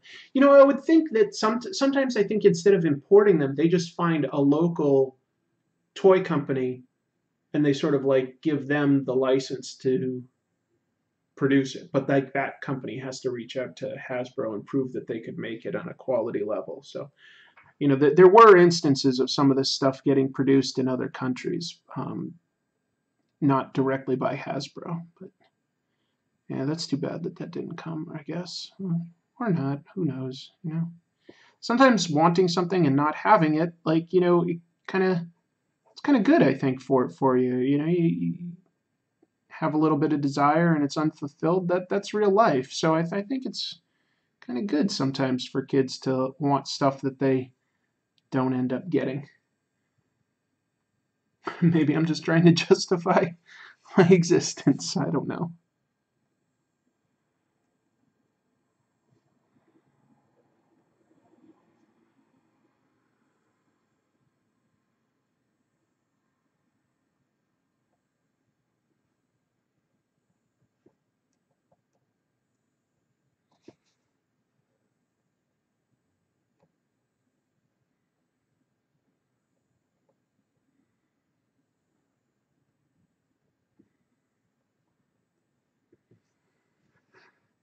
Townsville Tale says there's no local production in Australia. That sort of thing would happen in Mexico or India or other South American countries.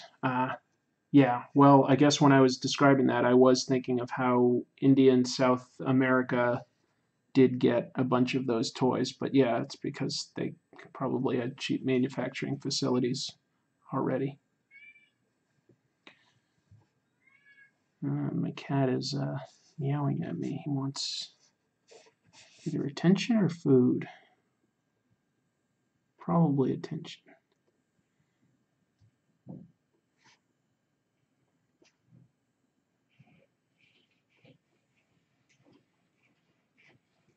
Milo.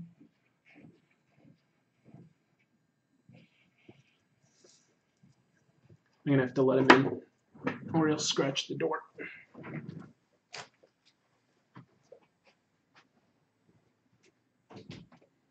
Hey, buddy.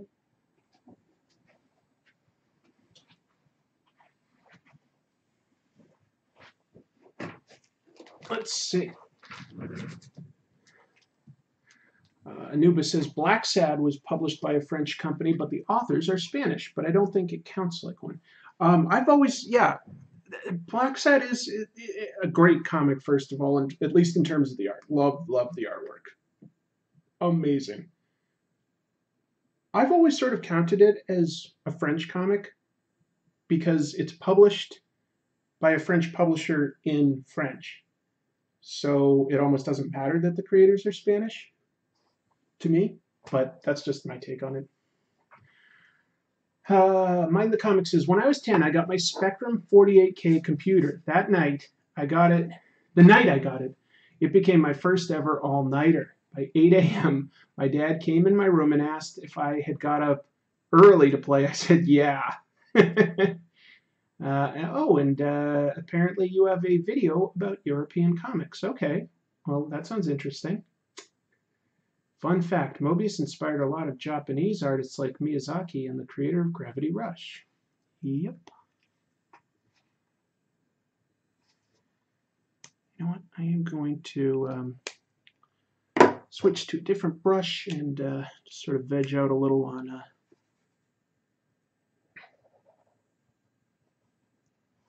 some details here.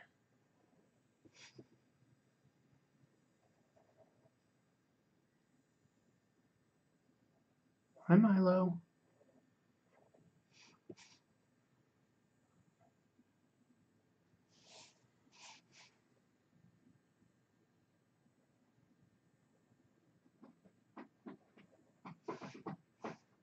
Hey. What you doing, cat?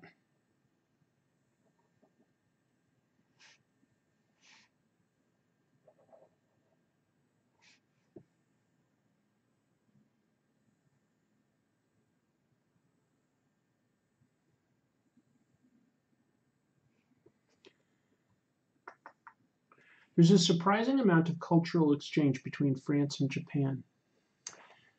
Yeah, and also France and Hong Kong. There's a lot of French expatriates in Hong Kong. Not sure why that is, actually.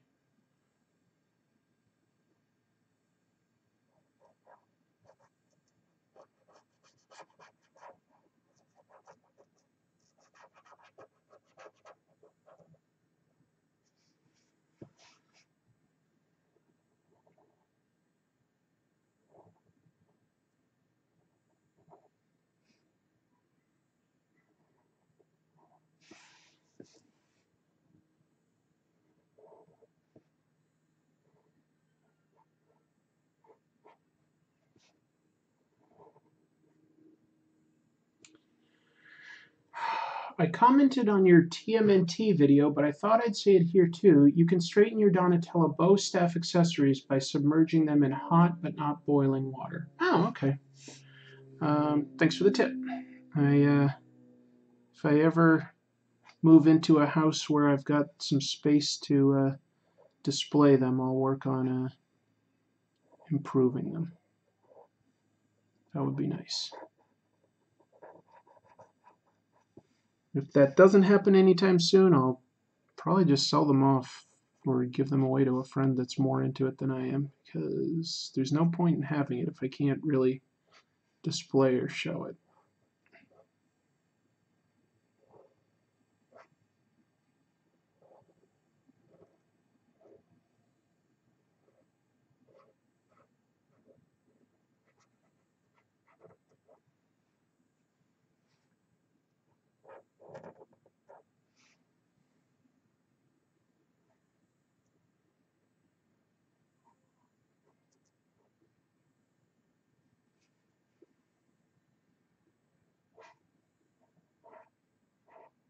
Milo, what are you doing?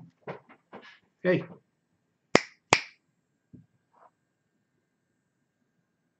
You want to come here?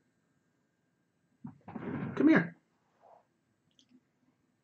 Hey. Do you just want attention? No? Okay, bye. Cats are so weird. Heating them with a hairdryer can work too. Heating will make them return to their original shape. Oh, good to know. Thanks. Mind the Comic says Japanese author Jiro Taniguchi produced some great works to the French market. I'll have to look into that. All right. It's a trick I've done with many a saggy Transformer sword. I don't have many Transformers. Used to have a ton, but I gave them all away or sold them before I moved across the country. But I did get this guy, Grimlock. I've got 3 Transformers now, I think. 3 of them. But he didn't come with a sword. Where's Grimlock's famous red sword? Didn't come with it. Very frustrating. Okay. Gersegorsh says, now I remember. Polish superhero movie Wait, give me a second here. Hydrozagatka. Hydrozagatka. That's a hard one for me to pronounce. Sorry. Hydrozagatka. Zagatka. 1970. With a superhero named Ace. Polish superhero movie. That I can't pronounce.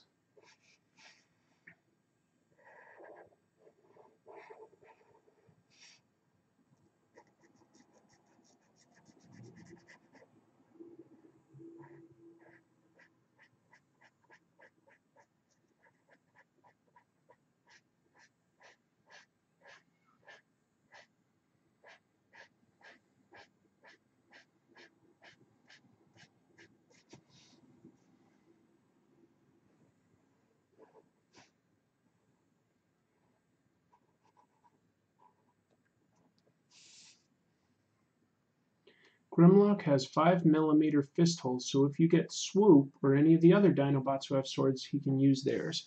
That's the other 2 that I have. I have Slug and Swoop.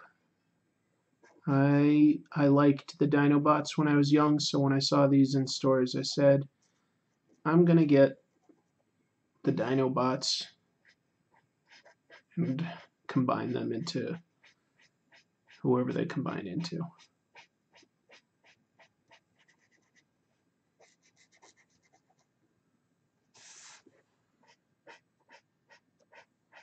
But that's it. I'm trying. I can't let myself get back into Transformers. I was so into Transformers as a little kid.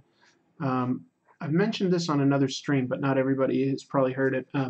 When I was 10 years old, I made a 60-page Transformers comic. It was massive, and of course not very good because it's by a 10-year-old. But I was just trying to include every character, and they were going from their base to Cybertron to alternate dimensions. They were just constantly having battles with the Decepticons. It was kind of funny. It's kind of funny. You know, it might be funny to do a comic tropes on my crappy comic, really tear it apart because it was by a 10-year-old, so it's not that great. That might be funny to do someday. Yeah. Yes, Townsville Tale. He turns into Volcanicus. He turns into the main body. I've got the 2 other guys that are, geez, I don't know. I think they're the feet. No, they're the arms. The Swoop and Slug are the arms, and then someday Sludge and Snarl will come out, and they can have his feet. I haven't read any of the IDW Transformers comics. No, I've heard a couple good things here and there. Just sort of, I fell out of it basically. I fell out of that fandom kind of a long time ago, and but now I'm kind of coming back to it lately. I kind of miss Transformers, at least the Transformers that I grew up with. Yeah, so.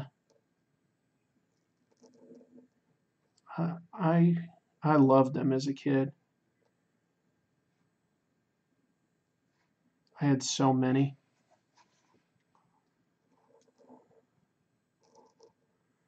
But I sold them all. Didn't keep any.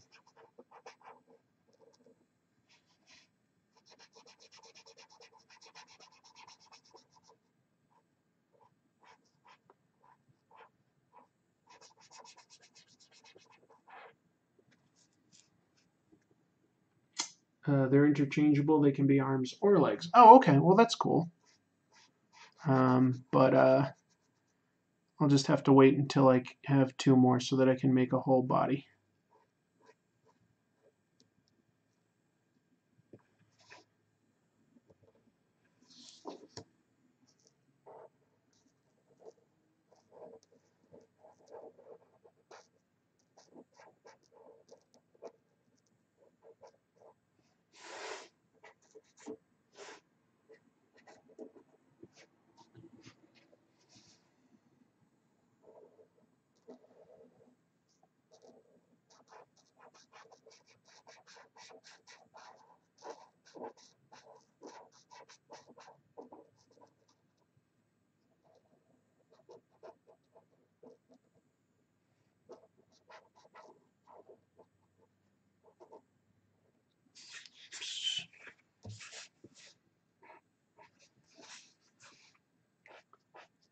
Well, I'm thinking of taking a break.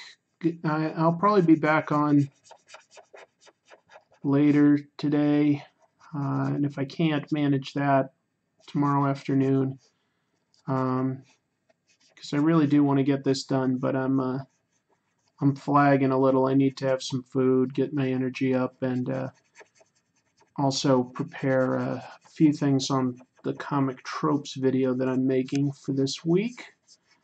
I think everyone will like it. I think it's funny and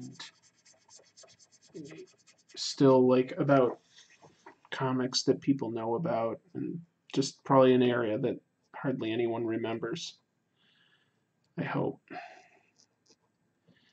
But yeah, so I'm going to take a break. I appreciate everybody joining in, because having conversations and stuff definitely keeps me awake and invested. I'm having a good time. I'm fairly happy with how this is coming along. I just need to plan out a little bit more what I'm going to do with the main character here, and then I'll come back. I'll do him, and I'll finish all the sort of texture. But this has been going well. Yeah, I'm going to take a break. Thank you all for joining. I will see you soon. Bye.